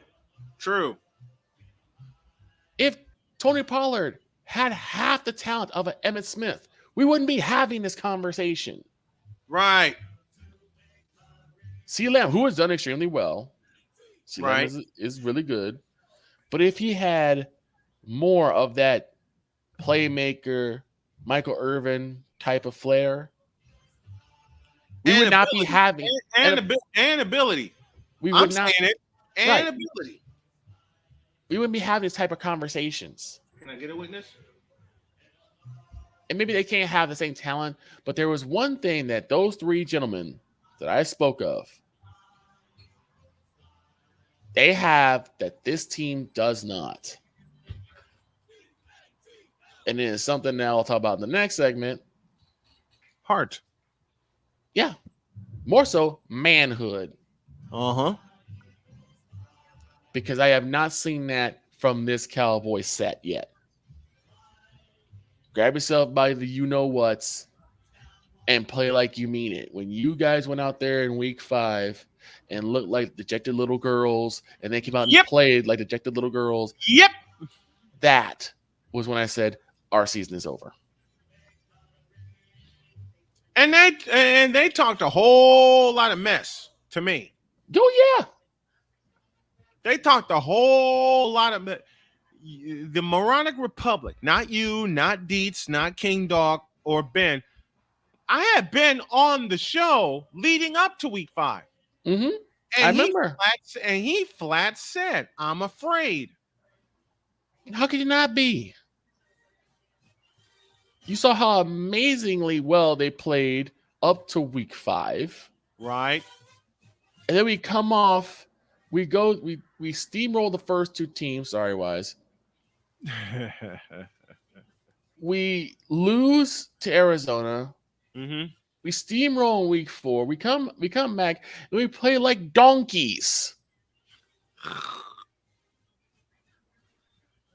We play like absolute donkeys. Mm-hmm. No. To take it from one of my legendary mentors, Mr. Chris Bates, we played like booty.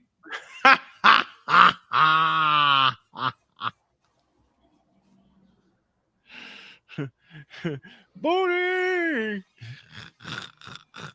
Then we played in the wild card round and still played like booty. And now we're on public. I say again, folks, 5.6 seconds. Yeah, Not close 15. this segment with that story, please. So after this humiliating loss against Green Bay Packers, I decided, you know what? We got about 90 seconds before the final gun. I'm gonna put my stopwatch on. I'm gonna go on my Discord. I'm gonna see when the first Morocco Republic member decides to say that we're supporting next year. Right. So I set my stopwatch with 90 seconds left to go. The final gun hits. I press start. 5.6 seconds later, we got them next year. This was a fluke. We got them next year. Didn't they say that about the 49ers? Yep. Now with 15 seconds. Now 5.6. This is what I have to deal with. On a daily basis. On a daily basis. Oh, jeez. Placenta booty. Yeah. That's how the Cowboys played this past year. Oh, so I don't want to hear up until kickoff of 2024. I don't want to hear another Morocco Republic saying we're going to Super Bowl this year. But you're going to hear it. You know that. Yeah. I know. Oh, my gosh. Man, you one of the best. You know that? I love you. I appreciate it, brother. You're one of the best, man. I appreciate it. And I knew this would be the longest of the 3 segments. This is a perfect transition into hour 3. You want to sponsor the show and hear stuff like this and have this carry your network, drop an email to snowmanmultimedia@gmail.com. I'm working on a new email address, which I hope to have active this week, but use snowmaninthemorning@gmail.com. Hour 3. Yes. Hour 3. And Victor's going to do some more testifying, and I'm going to join him because there's no heart in the NBA anymore. Good Lord. Oh, yeah. Good grigamiggots. But before we go to hour 3, I have to give y'all this funny husband story. So right after Jody and I got married, we get an invite to go to Omaha, Nebraska for a job interview. And they paid for everything. They paid for our hotel. They paid for our meals, all that good stuff. I'm driving. They even paid for a rental car. The company that we were interviewing with. They paid for a rental car. Okay. And it was a Hyundai Tucson. Now we're getting ready to pull out of the garage. And Jody's trying to set her phone up to put it into the speaker. Mm-hmm. And we kept getting another person's phone. Why? And I told you this one, Victor, when we got back. Why? Because, bless her heart, the driver next to us was in our system. Oh, wow. But the best part of one of the best parts of that trip to Omaha. And now, folks, we had to rush to get to our plane in Indianapolis. We get to the plane and we had to be there like 7:30 in the morning. Okay. We are flying to get to our plane. We get in the plane. Thank you, George Carlin. And if y'all know why I said get in the plane, look up Flying on the Airlines by George Carlin, 1992. So take off, land, get to the garage, pick up our car, and we're going to the hotel. All right, because we want to crash before we meet her cousin. We meet her cousin and her husband for dinner, and her husband's 6'6". Oh boy. Yep. Her cousin's husband is 6'6".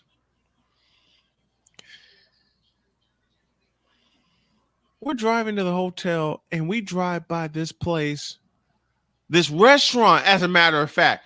Folks, there's a restaurant and it's called Pitch. Okay? Keep that in mind. My honey says, look, Pitch. What? I'm fogged out, okay? I'm tired. I'm exhausted. She said, no, Pitch. What? I thought she said the other word. Right. And she's pointing to the restaurant. I'm driving. She's pointing to the restaurant. She says, honey, look. I looked to my right, and there is a restaurant called Pitch. And I'm going, oh, Pitch. As in, here's the. Mm-hmm. Never stop laughing. We ain't stopped laughing yet after that one. I know you haven't. Wait till Jody and I start sharing stories on our podcast. That's gonna be so much fun.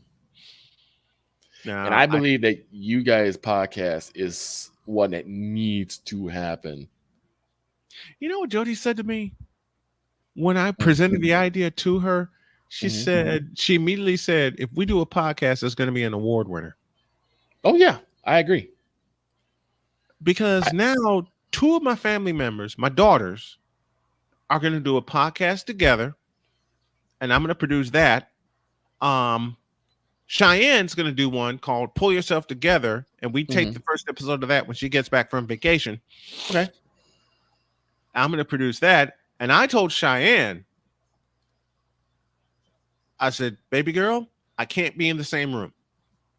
And she looks at me with worry and goes, why not? I said, honey, I know you. And you're going to say some stuff that will have me on the floor laughing.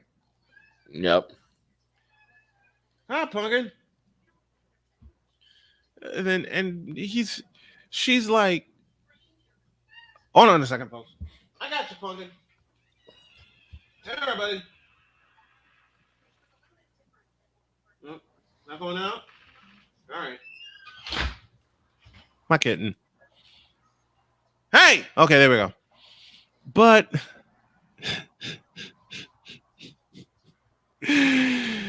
she immediately said that's going to be an award winner. Oh, yeah. We don't have a title for it yet. We're going to get one.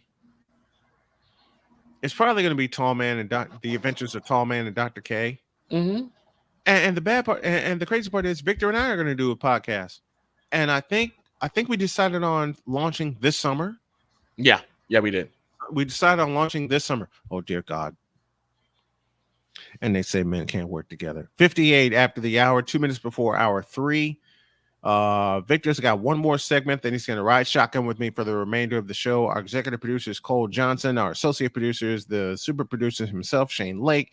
Thank you all for listening. Hour 3 after this.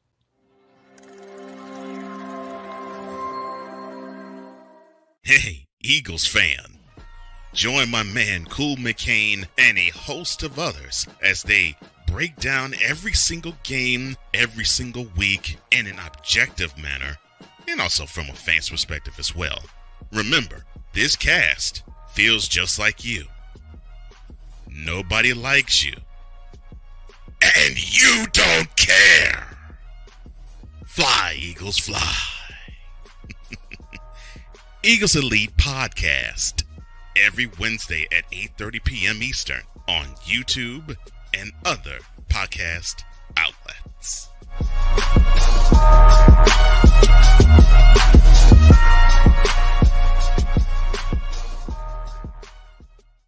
Everything Boston. I love you morons.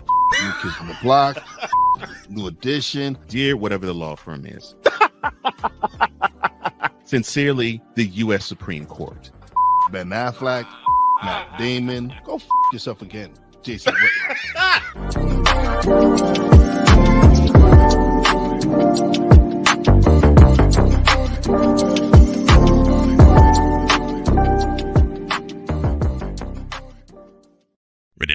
with some fellas who know football? Let's ride. LC Muscles 28. I think they're the most overrated defense in the league. Steel Sermon. We did not trail for a single second. Tiny Tim. McCarthy is a bonehead. A Pizzle 90. I'm going with my boys. Fins up, baby. Get ready for the Four Horsemen of Pick'ems.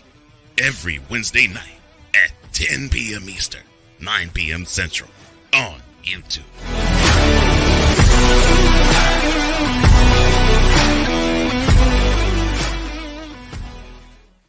Poppy J. You got the option to cry for the government. You got the option to protest. You got the option to keep buying, but this is also an option. Wise El Jefe. We're the first tech geeks. We're the first gamers. We're the first everything. Everything. Like Gen X's, we are the ones. BS3 Network proudly presents the crew from the New York boroughs who never wants that smoke. Nah, they want that fire. Poppy J and Wise El Jefe. Fridays at 9 p.m. Eastern, 8 p.m. Central. Check your local listings for your viewing and listening pleasure.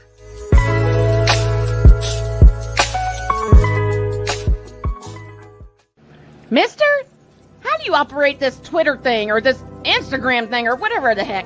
You're supposed to know all this stuff. Anyway, welcome back to the show. Here we go with hour 3, and we got NBA action. We got college basketball action. March Madness is a couple of weeks away.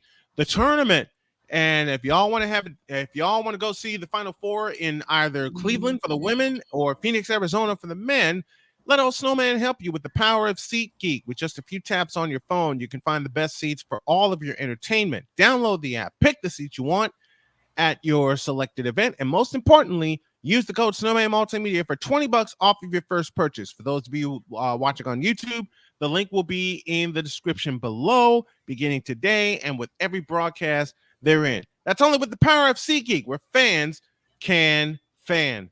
2 minutes after the third hour, and Victor has one more thing that we're going to get to, and then Jay Spivey will join us at the bottom of the hour. And this is the third part of the Random Monday Musings of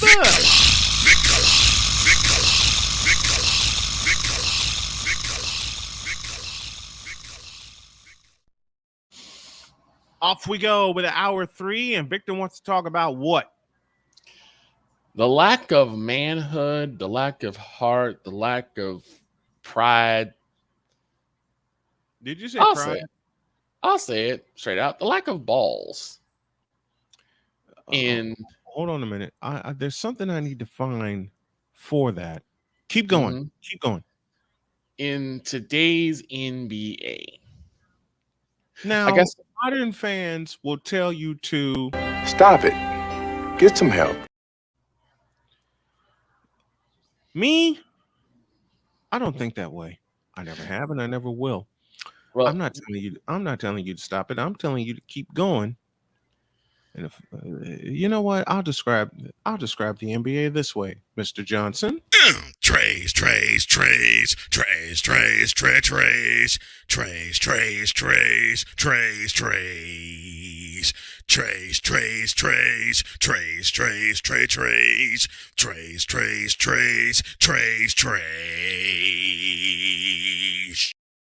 I'll say usually the modern NBA fan kind of gives me that Samuel L. Jackson treatment.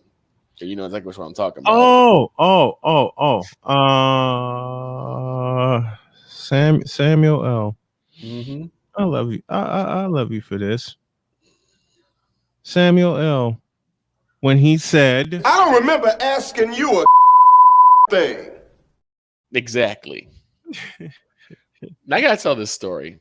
A lot of people know about one of my coworkers in the office, who has, who sees the show, and who knows me by my moniker. She said that she was actually at home when you and I went off on the All-Star game.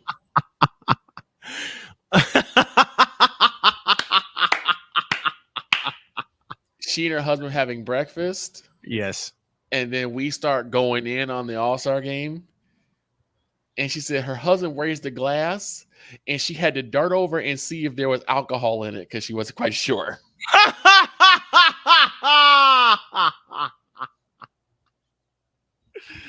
Oh my heavens. I love it already. She said, but her husband could not agree more with us. Oh man. The question really comes to where did the initial pride of being an NBA player go? I mean, you look at the likes of, say, a Magic Johnson, a Patrick Ewing, a Larry Bird, a Muggsy Bogues, Isaiah Thomas, Moses Malone, Dr. J, Pistol Pete, Jerry West. Do I need to go further? Kareem Abdul-Jabbar. And the real king. Clyde the Glide Drexler. Oh, I'll get to him in a bit. Okay. The Admiral. Yep.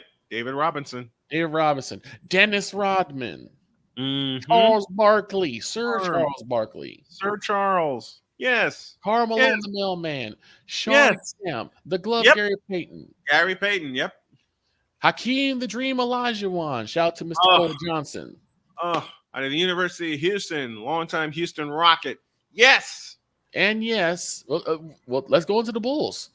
Horace Grant, Scottie Pippen, Bill Cartwright, B.J. Armstrong, Stacey King, Will Perdue, John Paxson. Let's go to later ones. Tony Kukoc, Steve Kerr. Who won a championship, folks. Okay. You mentioned two of the best shooters ever. Mm-hmm. John Paxson, Steve Kerr. Mm-hmm. All right. John Spider Sally, Ron Harper. Let me say those names again. John Paxson, Steve Kerr, Ron Harper, who became a defensive whiz. Mm-hmm. He became a defensive whiz under the tutelage of Phil Jackson. People don't want to say that. And of course, be remiss to talk about the heart of the NBA without talking about the true king. Michael Jordan. His airness himself, Michael Jeffrey Jordan. All of a sudden now, we go from that. We go from that to what we see today. That Coliseum of gladiators. Uh-huh. Let me give you a few more. Bernard King. Moses Malone. I said Moses Malone. You mentioned Julius. Robert Bill Russell. Robert Parrish. Kevin McHale. I know you mentioned him, but I'll say Chamberlain. Larry Joe Bird. Will Chamberlain. Wilt the Stilt. Yep. Mr. 100. Mm-hmm. That Coliseum of gladiators, what we used to call them, gladiators. Absolutely. They take an elbow, they brush the blood off their nose, and they go back to playing defense. You ain't getting any free baskets. Right. You come in the lane against those guys. Kevin McHale. Mm-hmm. And the Houston Rockets messed up badly by letting him go. Kurt Rambis, AC Green. Right? Mm-hmm. AC Green. Let me think. Since we're talking about Grant Hill, yep. And I already mentioned Bernard King. Oh, by the way, I get to piss off some bronze sexuals. I'm not going to do the full segment today, but I'll say a name that I've said often is better than you know who in playing the forward. Tom Chambers.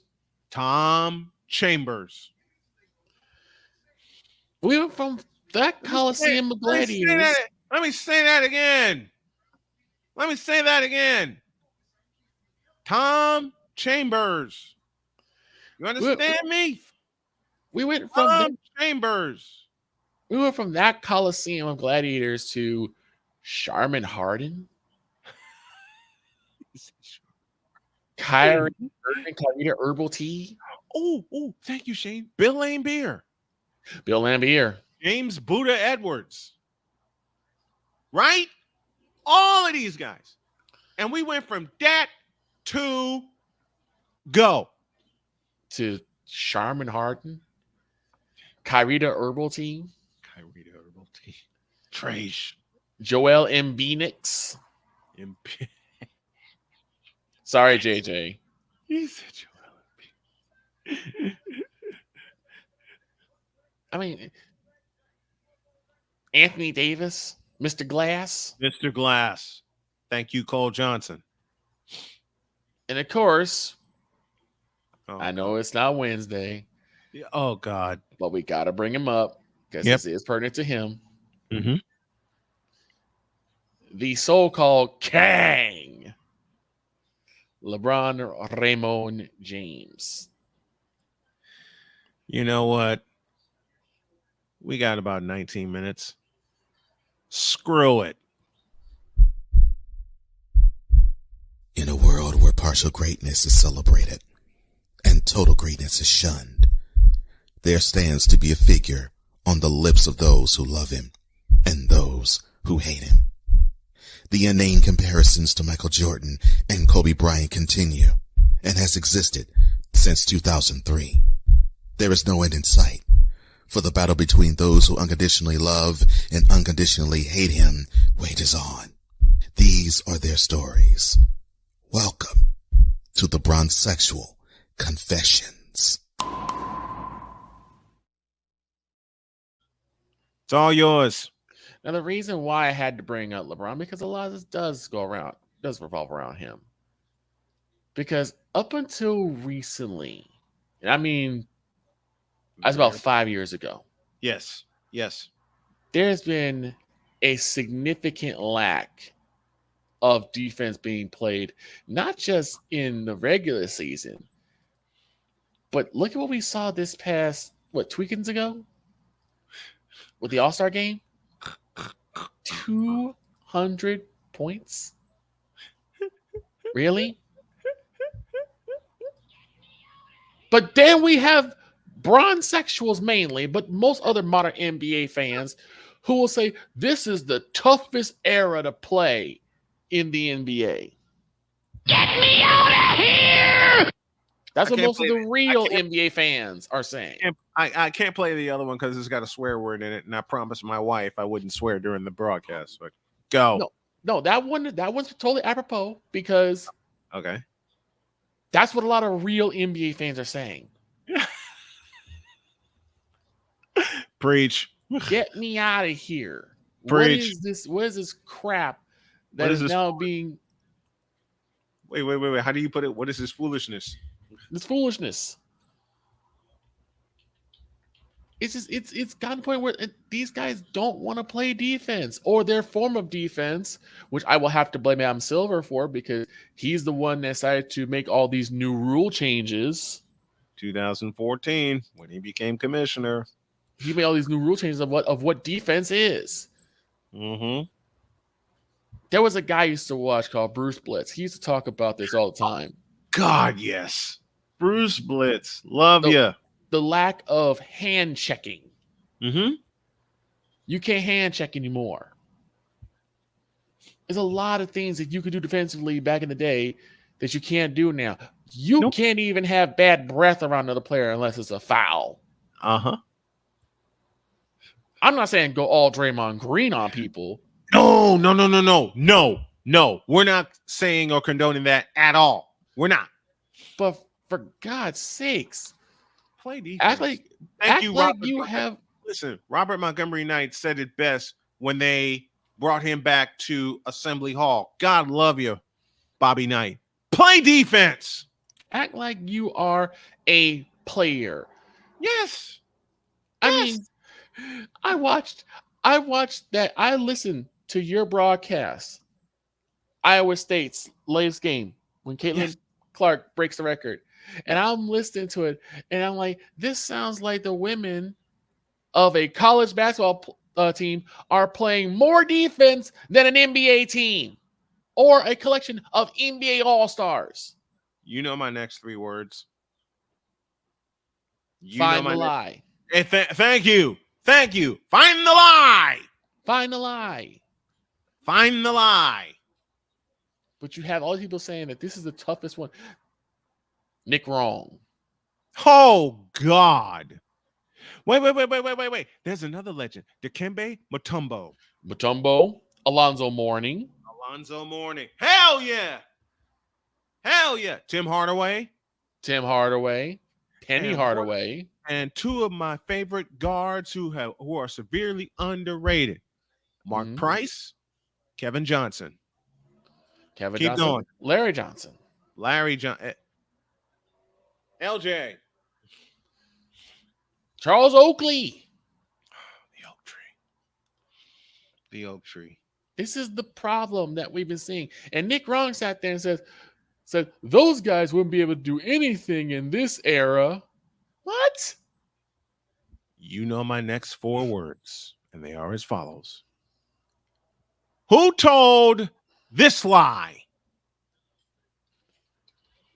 Man, Victor's heard me say that so much. Every single time Nick Wrong opens his mouth, it's a lie. Wait. Thank you, Victor. Thank you, Victor. What did Nick Wrong say again, please? He said, all of the names that I put up, all those guys in the past, they wouldn't be able to do anything in this form in this new rendition of the NBA. That was a lie. Like, what? Liar. What? Nick Wrong is a straight up liar. You a straight up liar, Nick Wrong. Shaquille O'Neal. Oh, let's bring Shaq Diesel. The Shaq attack. The Shaq attack. I love it. It's gotten ridiculous. And they wonder why the viewership for the NBA has gone down. This will be why. Oh, here are my next 3 words again. Find the lie. This would be why.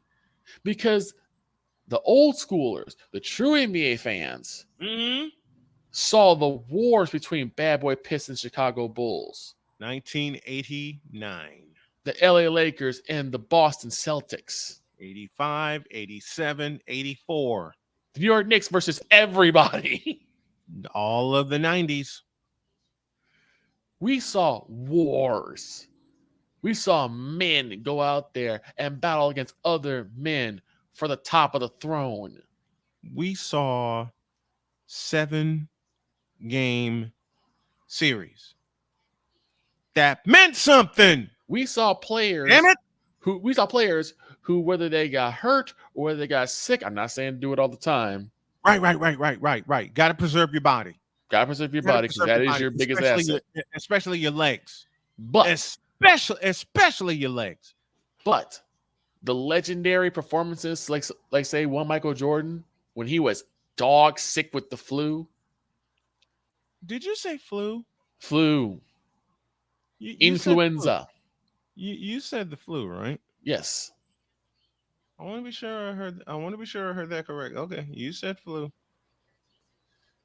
We saw legendary individuals who wanted to play all 82 games.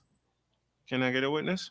And didn't find namby-pamby reasons as to why they didn't want to or why they would breach their contract. Kyrie. James Harden. LeBron James. And I don't like what this person did, so I'm not going to play. And this impromptu bronzexual confessions centers around not only James Harden and Kyrie, but Bron. Bron started. Ooh, I can't say it the way I want it, but I will say it. I will edit it. Bron started this mess. It's got to the point where like these guys are finding reasons to not play. Or not play. Yep. Kyrie. I mean, people who would like clamor, "Let me in, coach. I know my leg hurts. I know my leg is near broken, but let me play. Let me do something. Let me contribute to my team, success. Let me do something, please." Now they pull all George Carlin. It's too rainy outside. I can't play. If it gets raining outside, they don't play. I can't play. It's already outside. Where's the heart? Where's the balls? I mean, you look at likes of Larry Bird and Magic Johnson. I'm sure they were friends. Yeah. They didn't want to play with each other though. They're like, no, I want to beat you. But they were at war on the court. What happened to that? What happened to, you know what? You mentioned the king, right? Mm-hmm. You mentioned the flu, right? Mm-hmm. Here you go. During the season.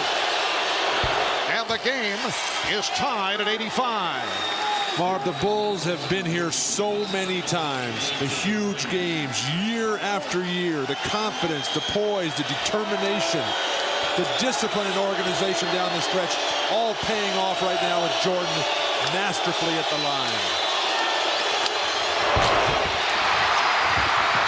Jordan able to scoop up the loose ball for the possession with 40 seconds remaining. The game tied at 85.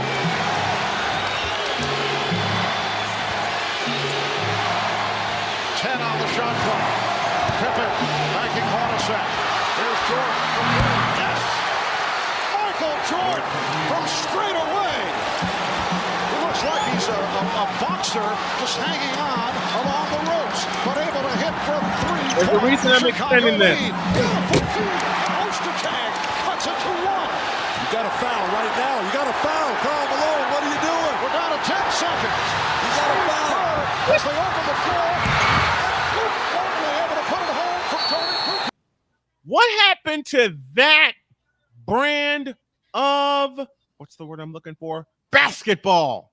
I want to address something that Sick Diggy said earlier. He said it was actually food poisoning. It could have been food poisoning. I still think there were some traces of the flu in as well. It could be one or two things. He may very well be right. Right. The point I'm trying to make is that food poisoning is nothing to sneeze at either. It will put you on your behind. It will put you on your ass. Been there too. Been 2015. And y'all know the wars I went through in 2015. Go. The problem, though, is that, again, there doesn't seem to be any initiative. There's no work ethic.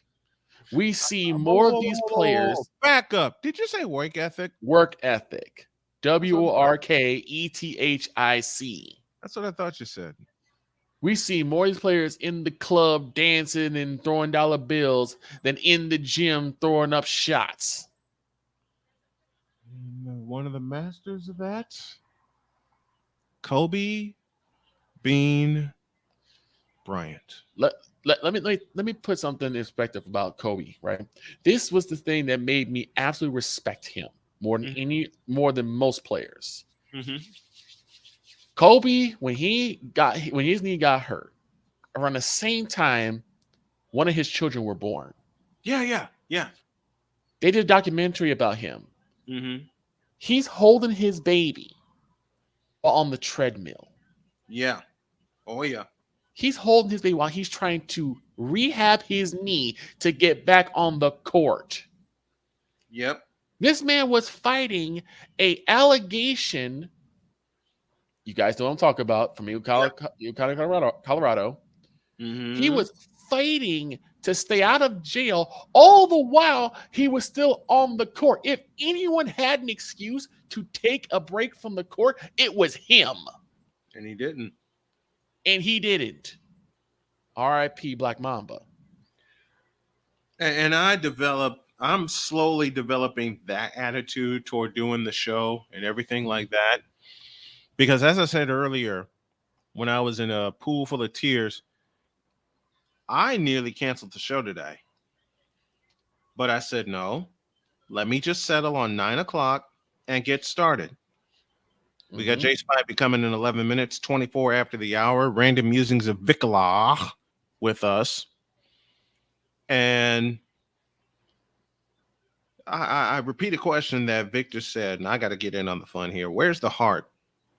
And I'm also gonna say something that a lot of people, a lot of brown sexuals are not going to agree with. Yo, Kang ruined the NBA. Period. Not wrong. Not wrong. Find the freaking lie. I mean, you look at the NBA now; it's so soft. Softer than my soft. What do I always say? Softer than my daughter's pillow. I'm not saying to try and kill yourselves on the court. No, but not saying that at all. Play like you got some muscle behind you. Play like you got some heart. Play like you want it. Speaking, wait. Speaking of the real king, one thereof, the other wears 33. Mm-hmm. Let's go back to February 16th, 1989. Mm-hmm. A day before MJ's birthday, he did this. Cressy looks to bring it in. He comes in and throws it away. The Bulls have it. Here comes Michael Jordan on the drive. 5 seconds. Jordan on the drive, right of the lane. 18-footer. Yeah! Yeah! Yeah! Yeah! Rest in peace to the late great Jim Durham and the late great Johnny Kerr. Mm-hmm. And I'll also say this. Go ahead.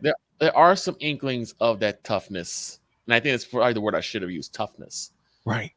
When you look at even like some of the generations, of course, talk about like Derrick Rose. Yes. We could talk about Kobe. We could talk about Andrew Bynum, Mm-hmm. Paul Gasol, Joakim Noah, Paul Pierce, Kevin Garnett, Ray Allen, KG. I mean, even now, like with Steph and Clay. Yep. To a degree, Draymond. I just want Draymond to be a little more disciplined. Thank you for saying that. Giannis. Oh my God, Giannis. You have some inklings of that toughness from yesteryear coming into the NBA. It's just not a lot of it. Right. And there's not a lot of incentive to it too, because again, let's talk about the fact that we just went through our inaugural year of having the in-season tournament featuring the NBA Cup.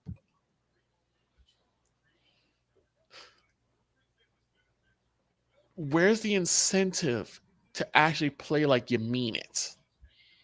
NBA Cup. Who the hell wants to play for that in December?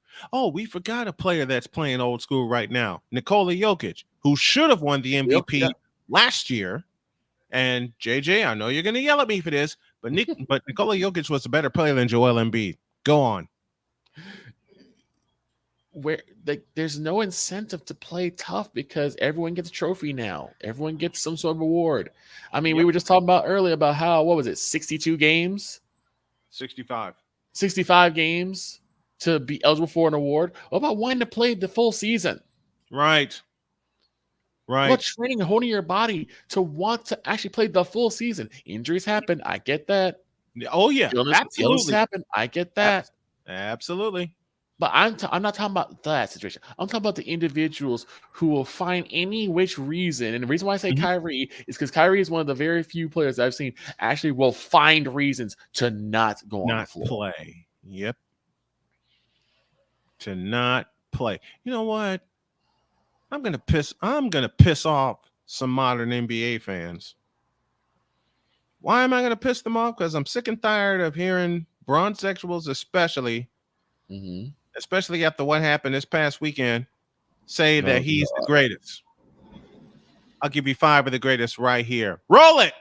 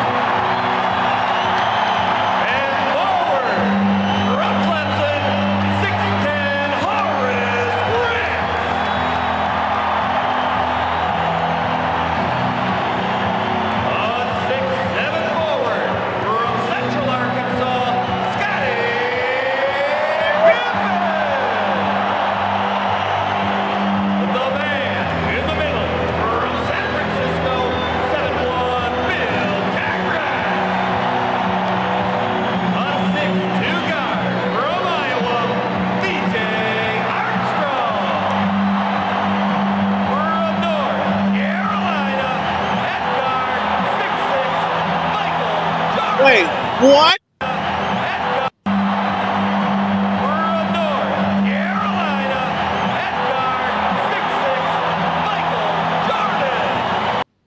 Did you see the serious look on their faces when they got introduced, folks? Did you see them? Did you see their faces smile or dance or anything like that?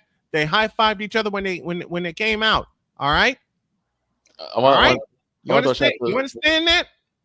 I also want to throw a shout out to Mr. Ryan McCarthy when he says, "You know who never gets any love? Jason White Chocolate Williams." Agreed. I'll throw another one in there. Double D, Daryl Dawkins, Chocolate Thunder. I'll throw one in myself. Ben Wallace. Ben Wallace, Big Ben. I'll throw that in there. I'll throw that in there. Wait a Reggie minute. Miller.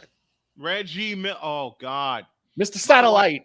My wife would kick my ass if I didn't mention Reggie Miller. My wife would whoop my ass. I'll even throw in Jalen Rose. Jalen Rose. Yes. Yes. Back in the days in Indiana. Mm-hmm. It's like the heart just isn't there. And because everyone's getting a participation trophy, there's no need to be anymore. Right. There's no need to be anymore. And I do think the advent of social media has probably caused a lot of this because everyone now has an opinion and now everyone's taking that opinion to heart. And too damn seriously. Yeah. And too damn seriously. Way too serious. Y'all have taken this way to the Mookie Blaylock, Derek Coleman, Chris Morris. And yes, I said it the way the old school NBA announcer Brendan Bernardino said it. Morris. T-Mac, Vince Carter. Yep. Steve Francis, yes. Steve Francis. How do you like them apples? Oh, by the way, the first player to ever win an NBA All-Star Game MVP in his hometown wasn't even an elected starter. He was a substitute for an injury. His name, Tom Chambers. Tom Chambers again. Take that, Rod West. Fool. That fish-eyed, idiotic fool. We won't talk about them. People don't want to admit greatness when they see it. All right? My thing. I'm sounding like a New Yorker because I'm full of coffee. Rasheed Wallace. Rip Hamilton, actually. Rip Hamilton, absolutely. Another small guy who knew how to play amongst the giants. Okay, since people want to say, you know who is the greatest, I offer 5 more who are much better than him. Take a look.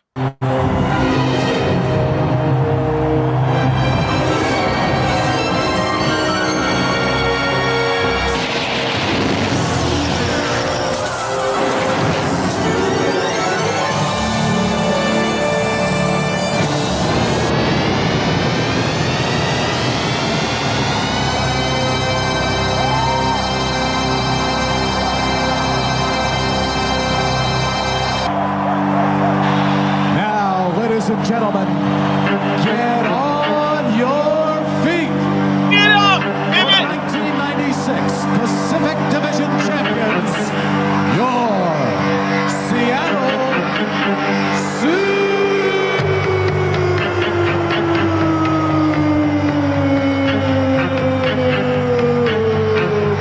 Supersonics. And today's starting lineup for your Supersonics. A 6'4" guard from Oregon State, number 20, Gary Payton. A 6'3" guard from Bradley University, number 33, Hersey Hawkins. 6'11" center from New Orleans, number 50, Irvin Johnson. 6'10" forward from the University of Washington, number 11, That's the guy for you. And a 6'10" forward from Trinity Junior College, number 40,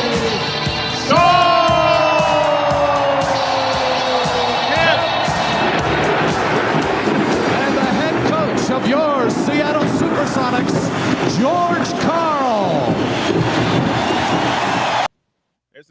coach for you, George Karl. Mm-hmm. Sean Kemp, Sean Kipp, Gary Payton, all of those guys. And I'll close out with this before we go to our final break. Listen, bronze sexuals, do your freaking research, will you please? Before you decide to come at me with a conversation. LeBron ain't the greatest, okay? Matter of fact, I'll look y'all in the eyes right now and say this. Top 50, my ass. How about top 500? Nope, not even top 500. Wow. He's not worthy. He's done. He's ruined the game. He's ruined the league, and he hasn't improved his game in 21 years. You say worthy? I think James you said worthy. I said worthy. He ain't. Look, I had someone have the nerve, the unmitigated gall, to compare him to Big Game James. Shut up. Matter of fact, I'll say it this way, and people are going to hate me, and bronze sexuals especially are going to hate me for saying this, but after having a conversation with a bronze sexual, I say this, and I say it aloud, and I'm going to say it with all the love in my dark heart towards these bronze sexuals. LeBron James is the most mediocre player to come to the NBA in the last 30 years. Period. Now get out of my face, you thirsty bitches. In a world where logic and sense flies completely out the window, while purple and yellow glasses are donned, rises a figure who encourages ridiculous, undying loyalty. Good Lord, I'm about to throw up. This has been yet another installment of The Bronzexual Confessions. Thank you, Cole Johnson, for that fabulous intro and outro. And I leave with and I close with this before we go to our final break. And Victor, you know the sentence very, very well. Mm-hmm. James Harden, you a bitch. Back in a minute.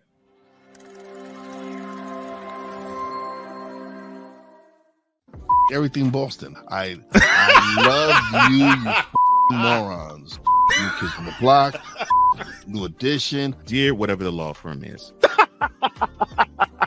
Sincerely, the U.S. Supreme Court.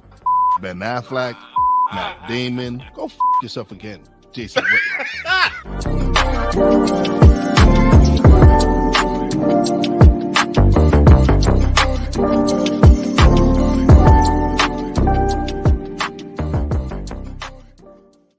Join the transporter to Hades. Your butt and gut becomes one. Join the reformer of hooker whores. This is my daughter, Placenta Booty Johnson. Join the bronze car. And ever you are in distress, take off your baseball cap and throw it in the air. Join your very own superhero of broadcasting, Chris Bass. So whatever color crayon they get, they palm it and do two circles, and that translates to I can beat up black people. As she takes you through the week's paces in Baseline. Live every Saturday at 8 a.m. Eastern, 7 a.m. Central, No, Pacific Time Zone people, just stay asleep when this is on live and just catch the recording. Oh, I'm sorry. Exclusively on the Chris Bass YouTube channel.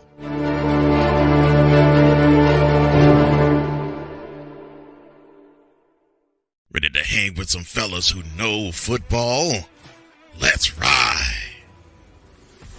LC Muscles 28. I think they're the most overrated defense in the league. Steel Sermon. We did not trail for a single second. Tiny Tim. McCarthy is a bonehead. A Pizzle 90. I'm going with my boys. Fins up, baby. Get ready for the Four Horsemen of Pick'ems. Every Wednesday night at 10 p.m. Eastern, 9 p.m. Central on YouTube.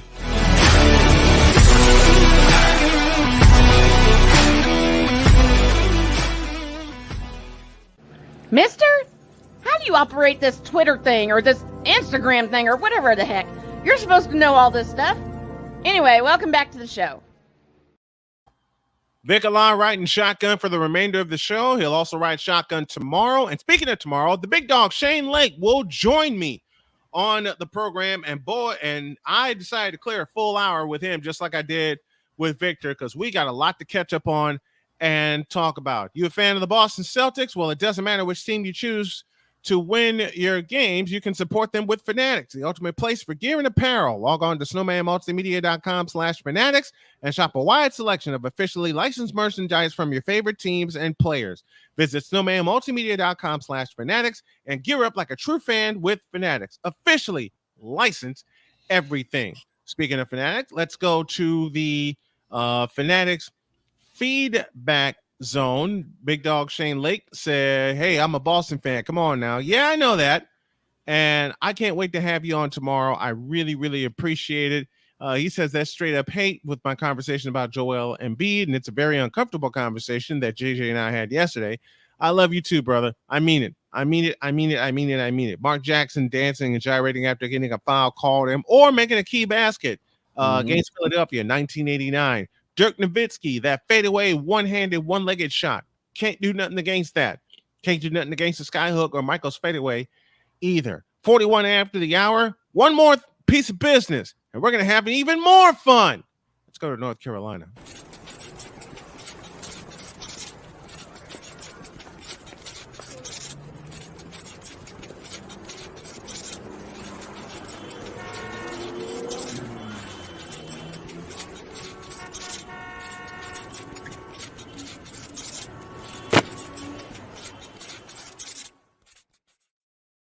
We are the only sports show in the world that will talk about number one, Wake Forest baseball, about women's basketball, and all the other stuff that the main shows don't want to hit because they're too scared. This is the guy that points us out, and this is the guy that helps us. Let's go to North Carolina. Jay Spivey now joins us on the Invader Coffee guest line. Good morning, Jay.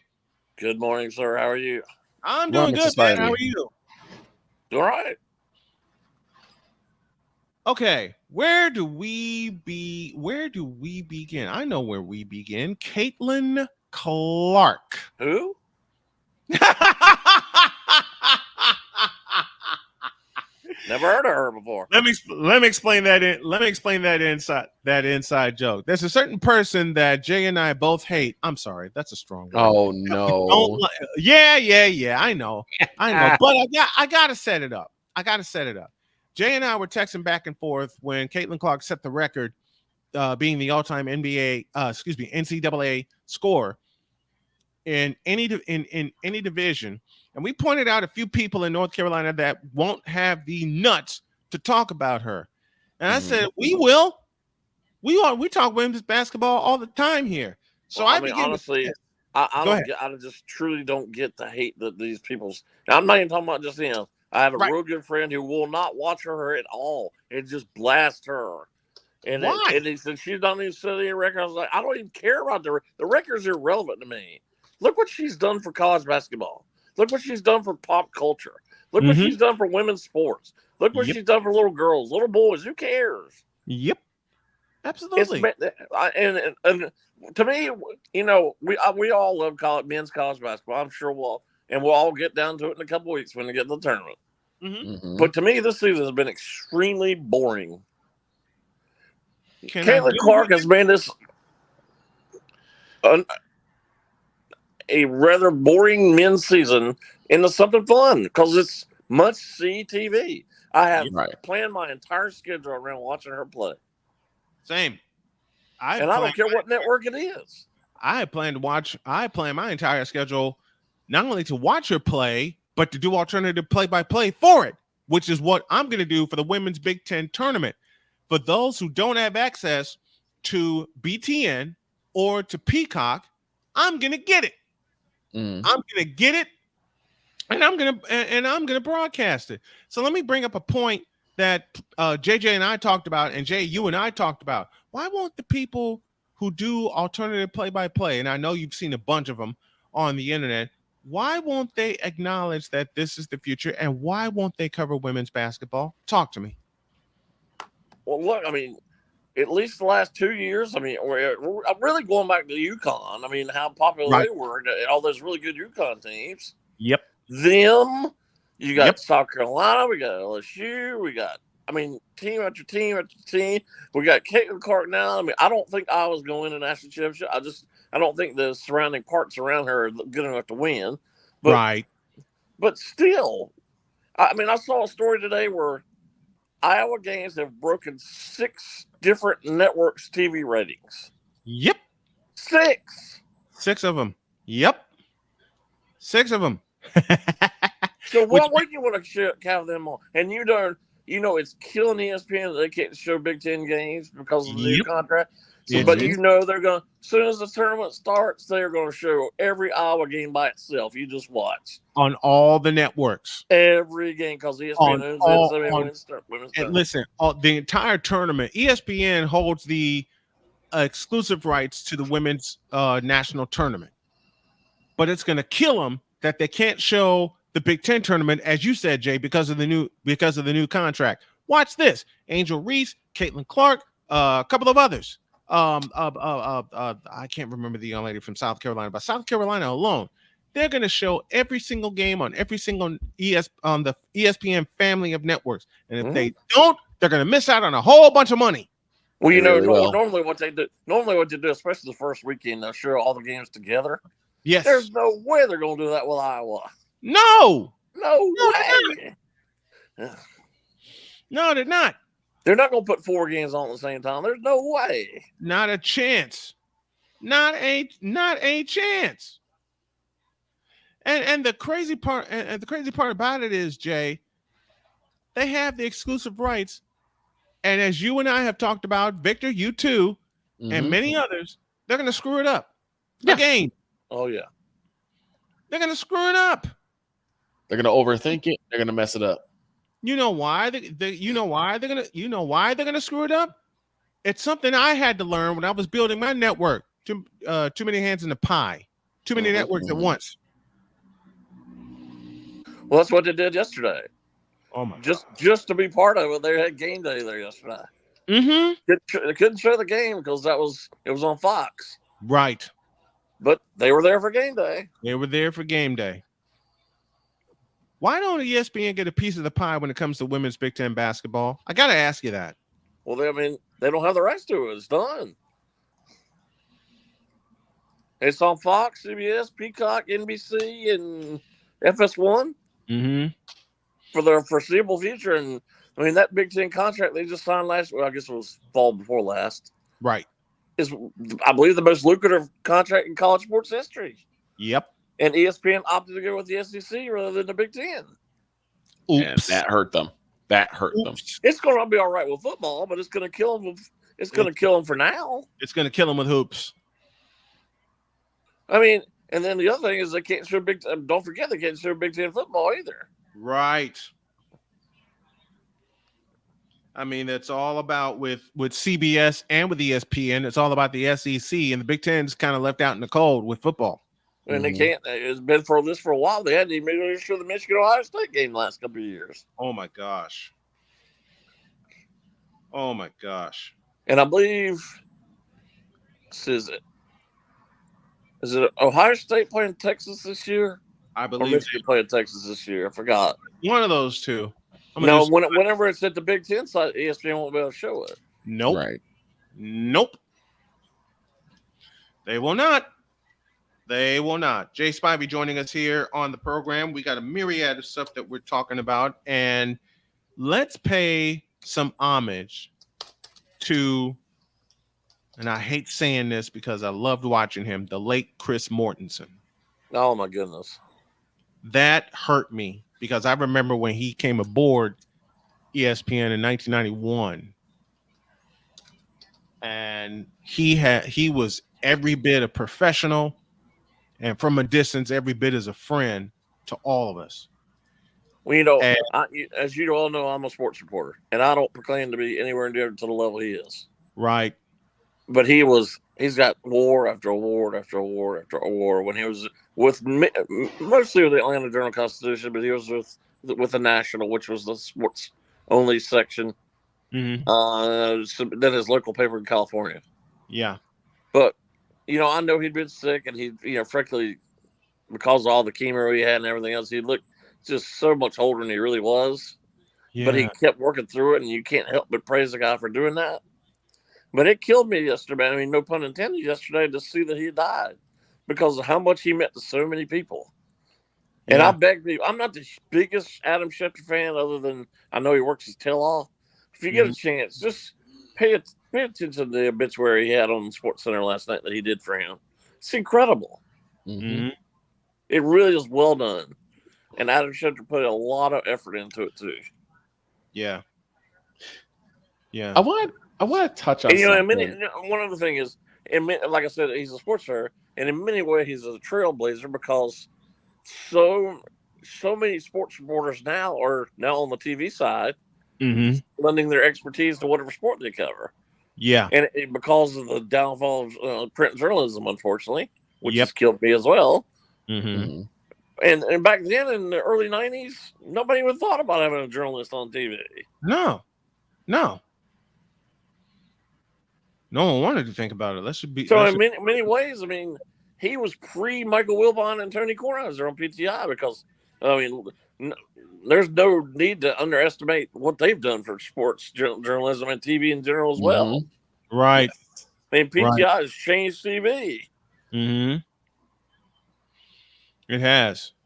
And the advent of the internet has changed television as well, because now you got a whole bunch of people that, and I want to hit this with you, Jay, because we talked about it, and Victor, you and I talked about it. You got a whole bunch of people right now with the advent of YouTube and the advent of social media, and Victor said it earlier, that can put their opinions out there and not give a damn about any backlash. Okay. Per example was and this is a little bit off topic, but I remember Busta Rhymes and Fat Joe were having a conversation about this when Ice Cube was having conversations with the Trump administration about how to help advance Black people. And people were like calling him a sellout and everything. And Busta Rhymes said, it's different from how it was back in the day, because when you said something out of pocket, you had to back it up once you stepped outside. Absolutely. Or you had to see that person and you had to either back it up or apologize. Now with the advent of social media, it's not like that. You can say all the foul, horrific things to anybody you want. And because you're under anonymity, nothing happens. You gain there's no repercussions for what you do. Man, here's one thing I really want to touch, and Jay, you keep bringing it to my attention. I know the radio voice of Wake Forest baseball, very different of mine, Ty Collins. Why won't the big networks and even locally cover them? They're the number one baseball team in the country right now. They were preseason number one. They're number one right now. They had a clash with UNCG, and UNCG beat them. And yet Wake Forest is still sitting at the top of the rankings. And besides us, no one else will talk about it. Why? Well, I'm a Wake fan, and I try to keep that out of my most people know I root for Wake, but I try to keep that out of public knowledge. Right. But my dad, who got me to be a Wake fan since the time I can remember, probably 2 years old or even younger than that. My dad had a saying, about Wake. Back then it was a small school, and a really small school. It's still a small school. It's like, not even 4,000 students.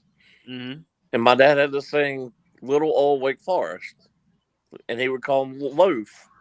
LOFA, LOWF. Little old Wake Forest. And there's a lot of truth to that. I mean, you look, Wake's never on TV in anything. I mean, they are, but on smaller networks. Yep. They are, and they got to be good in football for a while, and got to be on some major networks. But for the most part, they're never on. Right. Because they have no alumni base around this area. Yeah, I've only seen like maybe one or two Wake Forest games, and that was on Hulu when they would do like a lot of college baseball games on Hulu. But that was about it. I mean, you can watch them; they're on ESPN Plus every game, but they're never on real big TV. Right. I mean, they don't have the maximum amount of eyes. I mean, assuming it doesn't rain tomorrow afternoon, they're supposed to play Georgetown tomorrow, which will be on ESPN Plus, but That's not exactly the biggest platform in the world. Right. No, and they don't work to grow that part of it. I mean, for God's sake, they put it behind a paywall. Mm-hmm. They put ESPN Plus behind a paywall, and some of the best games in baseball they put behind that paywall. Right. 2 of them, as a matter of fact. Their main network, which is part of cable, which you got to pay for, and then ESPN Plus, which I subscribed to after I cut the cord last summer. Mm-hmm. I cut the cord. If you want, you go. If you really want, you watch college baseball. You can watch hundreds of games a week. Mm-hmm. Hundreds of games a week. Easy. And I listen. Most Division I teams are playing about 60 regular season games, roughly. Right. So I mean, we're not quite a month into the season yet, and the way the ACC is, the conference play actually starts this weekend. Wake's playing Duke here in Winston-Salem. I mean, conference play already starts this weekend, so it's already here. Yep. Speaking of the ACC, why? I know we talked about this already, but I got to have another clear understanding because a whole lot's happened in my life since then. Why did they move the ACC tournament? You talking about from Sunday to Saturday? Yep. I'm talking about location. I'm talking about the location. Listen, I've been to 4 different sites for the ACC tournament. I've been to Greensboro, I've been to Charlotte, I've been to Atlanta, and I've been to Washington, D.C. Yeah. Now, granted, I'll fully admit I live about 25 minutes from Greensboro.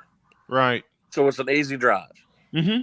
But it's far and away the best in Greensboro. It's not even close. It's not. But when Jim Phillips was hired as the new commissioner of the conference, when he came down from Northwestern, he immediately moved the ACC headquarters to Charlotte, which was stupid. Very stupid. He immediately said we were going to have almost everything played in Charlotte, come hell or high water. Mm-hmm. And you look, it's only going to be in Greensboro like twice in the next 5 or 6 years. I mean, it's going to be in Washington this year. The conference already sucks enough this year. I don't care what people say. The conference sucks this year. It does. It does. Sucks. Say it again. Who's going to go see these teams playing Washington, D.C.? It's trash. Okay, who's going to want to? I think I want to say one year it was in Brooklyn. Am I wrong? It's been in Brooklyn several years. Thank you. I thought. I thought it's been there like 3 or 4 years. I thought my mind was playing. No, you're not. That's not good. No. I think the year that I had my cancer surgery, 22, it was in Brooklyn. I believe that's right. I believe 2 years ago it was in Brooklyn. What the hell is wrong with that picture? Who's going to want to travel? Who in this came about because people like Jim Boeheim whine that it was in Greensboro every year. Well, guess what? There are 4 teams in the ACC from one state. What do you think is going to happen? Right. And I've been to 2 ACC tournaments myself, 1994 and 1995. 1995 was the best one for me. Oh, well, that was my favorite too. I was 1995, and I had a chance. Randolph Childress, Tim Duncan, Dean. I think Dean Smith was still coaching at the time. He was Dean there. Smith. He was there. Dave Odom, Joe Smith from Maryland. Man, I remember this vividly. Yep. The semifinals that year had 4 of the top 10 teams in the country playing that year. Yep. 4. Mm-hmm. You would never see that now the way this conference is. North Carolina, I want to say 3 of them were North Carolina, Maryland, and Wake Forest. And Clemson was the other, I believe. I think it was Clemson. Man, I take that back. Virginia was one of them. Virginia. There you go. Virginia. Junior Burroughs. Junior Burroughs was on that team. Man. And Wake was the number 1 seed that year. Wake was the number 1 seed. Man, when I saw the pairings, I was actually working for the Coliseum that year, 1995. I saw the pairings, and I told my boss, look, you're going to have to fire me after this tournament. She laughs and says, why? I said, because I'm going against company rules, and I'm going to find every way possible to watch this tournament. You know what she did? She set it up where I could and still have a chance to work the Coliseum. I met some of the crew from ESPN that year, and 23. I mean, even for the 8-9 matchup, for the 8-9 matchup that year, Cherokee Parks and Duke, I believe, were the 8th seed that year. We're talking about 1995. Duke was horrible that year. Horrible. That was the year Krzyzewski left early that year. Yep. Anybody remember the Classic from February 2nd of 95 at Cameron Indoor Stadium? That's correct. She set up a room where when we have a break, we can go up and watch the tournament. I'm like, sweet. And let me be real. I'm a sports junkie. I snuck up there every chance I got to watch the tournament. I snuck up there every chance I got to watch the tournament. I don't know how, that was the first ACC tournament I had ever been to. And I don't know how the heck I got tickets for it, but I did. I did. And I will never forget it. And of course, I was lucky enough to see my team win the championship. And I still don't believe it happened, but it did happen. Mm-hmm. I don't usually get emotional, but I got very emotional that day. I sitting up there watching. I was like, I cannot believe Wake Forest just won the ACC championship. I damn near was on press row that Sunday. I damn near was on. And if you remember correctly, that the championship game was phenomenal. Oh my God, was it ever? The championship game for me blew away the NCAA tournament. The only game in the NCAA tournament that I can compare to the ACC championship was the national championship in Seattle. And now you'll never get that because neither the NBA nor the NCAA will make any rules about one and dones and all the other rules that are going around college basketball. They will not take a stand. They will not. And that's why women's basketball is more exciting than men's basketball right now. And it needs to stay, and it needs the excitement level needs to grow for women's basketball. The new one, Juju Watkins from USC. Oh yeah, definitely. Juju Watkins from USC will step into the shoes of Caitlin Clark. Go ahead, Victor. I wanted to ask this question because we were talking about the toughness, the lack of toughness in like the NBA. Is this just an NBA thing, or does this trickle down to the college ranks? This goes all the way down to the youth level of basketball in America. Okay.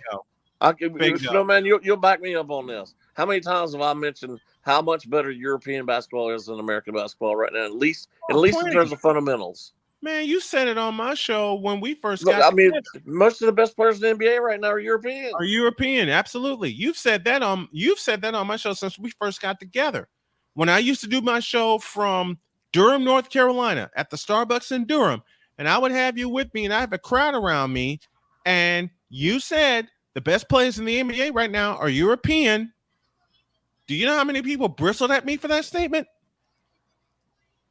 I mean, we probably still have the best athletes on a basketball court, but that's far cry from a basketball player.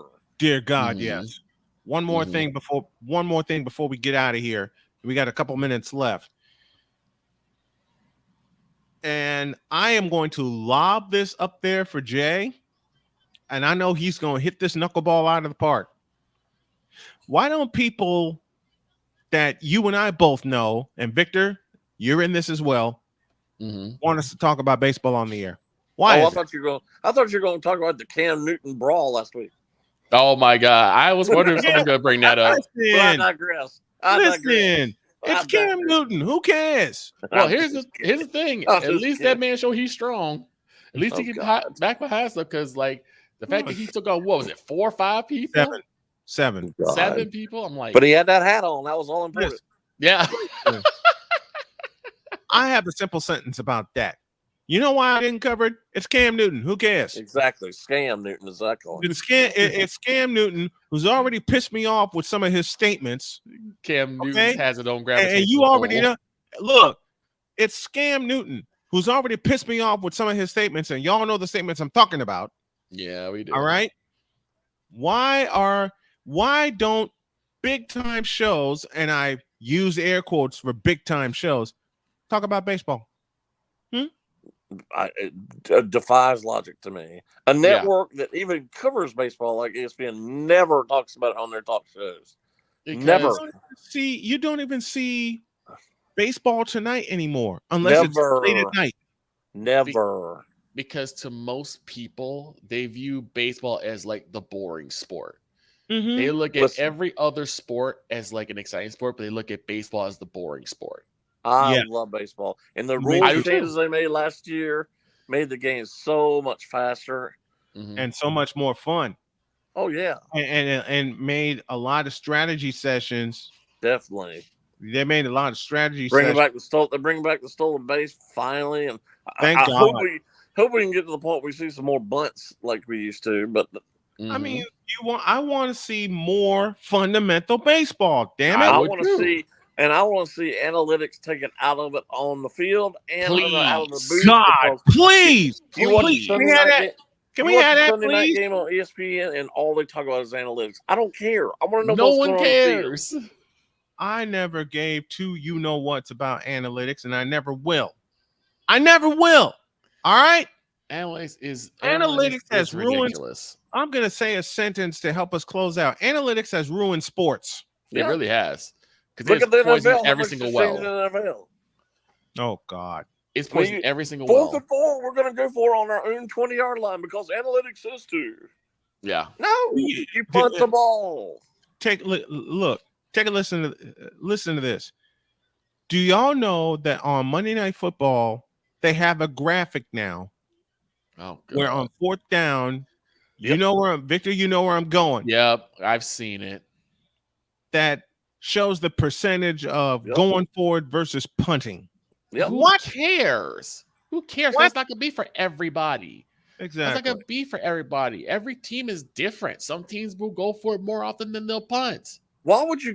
I saw people go for it on their own 20 or 30-yard line. What are you doing? Exactly. What are you doing? That's common sense. That's not analytics. That's common sense. And it's Punt not the like a ball. yard. I mean, we're talking about 4 or 5 yards here. They're going right. For. And they're doing it early in the first quarter. Dan Campbell, hello. Oh God. The early in the first quarter, they're going for it on 4th and 20. Make sense. Dan Campbell, hello. Staley. Thankfully, he got fired. Yep. Staley. And Ryan McCarthy asked me about my thoughts about Brandon Staley. And my thought is simple. He's under Kyle Shanahan now. And if he tries anything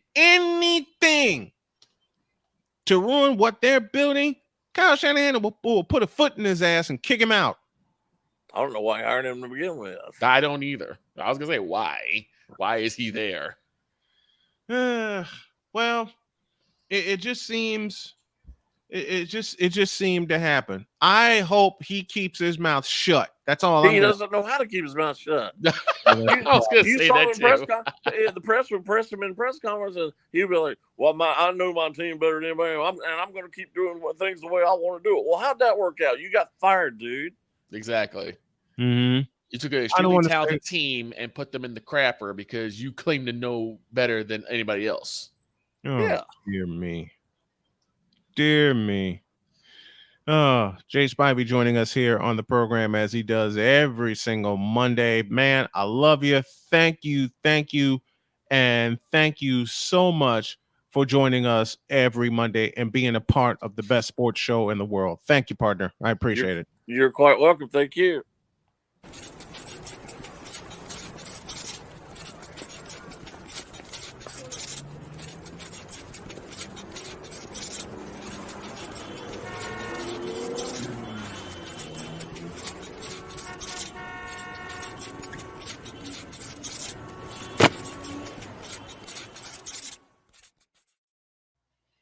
One more trip through the Fanatic feedback zone where JJ says we're talking about sports shows.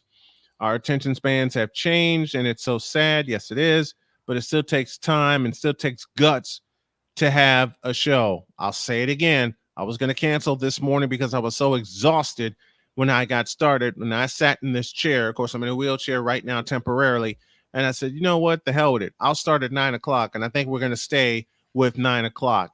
I'm going to 9 a.m. Eastern time, 8 a.m. Central time, and welcome to WEIS in Chicago for housing this program And thank you so very much to everyone that houses this program. And I got a big announcement coming after the draft. All right. I'll have another bronze sexual confession tomorrow. Also, 40,000 don't equal 4,000. When is the draft? April. We're doing a watch party. Oh, hell yeah. Okay. And we're going to complete the look. I'm probably going to be caffeinated that night, but we're doing the entire first round. Hell, we may do the entire damn draft. I'm down for it. We just may do the entire damn draft. All right. We just may do the entire damn draft, and I'm going to love every single minute of it. I can't wait. We got to get out of here. Have a great day. God bless. Remember to make your next move your best move, and always remember, if your dreams don't scare you, they're simply not big enough. Stay hungry, stay humble. Listen, stay humble, be hungry, and always hustle. I love you guys. We're out of here. See you tomorrow.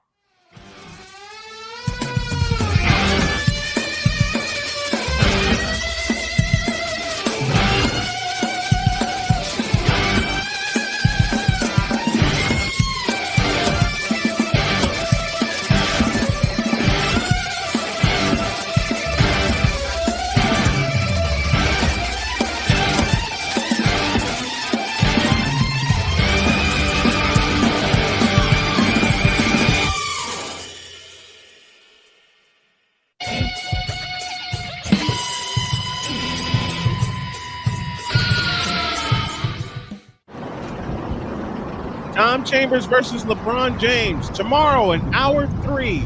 See you then.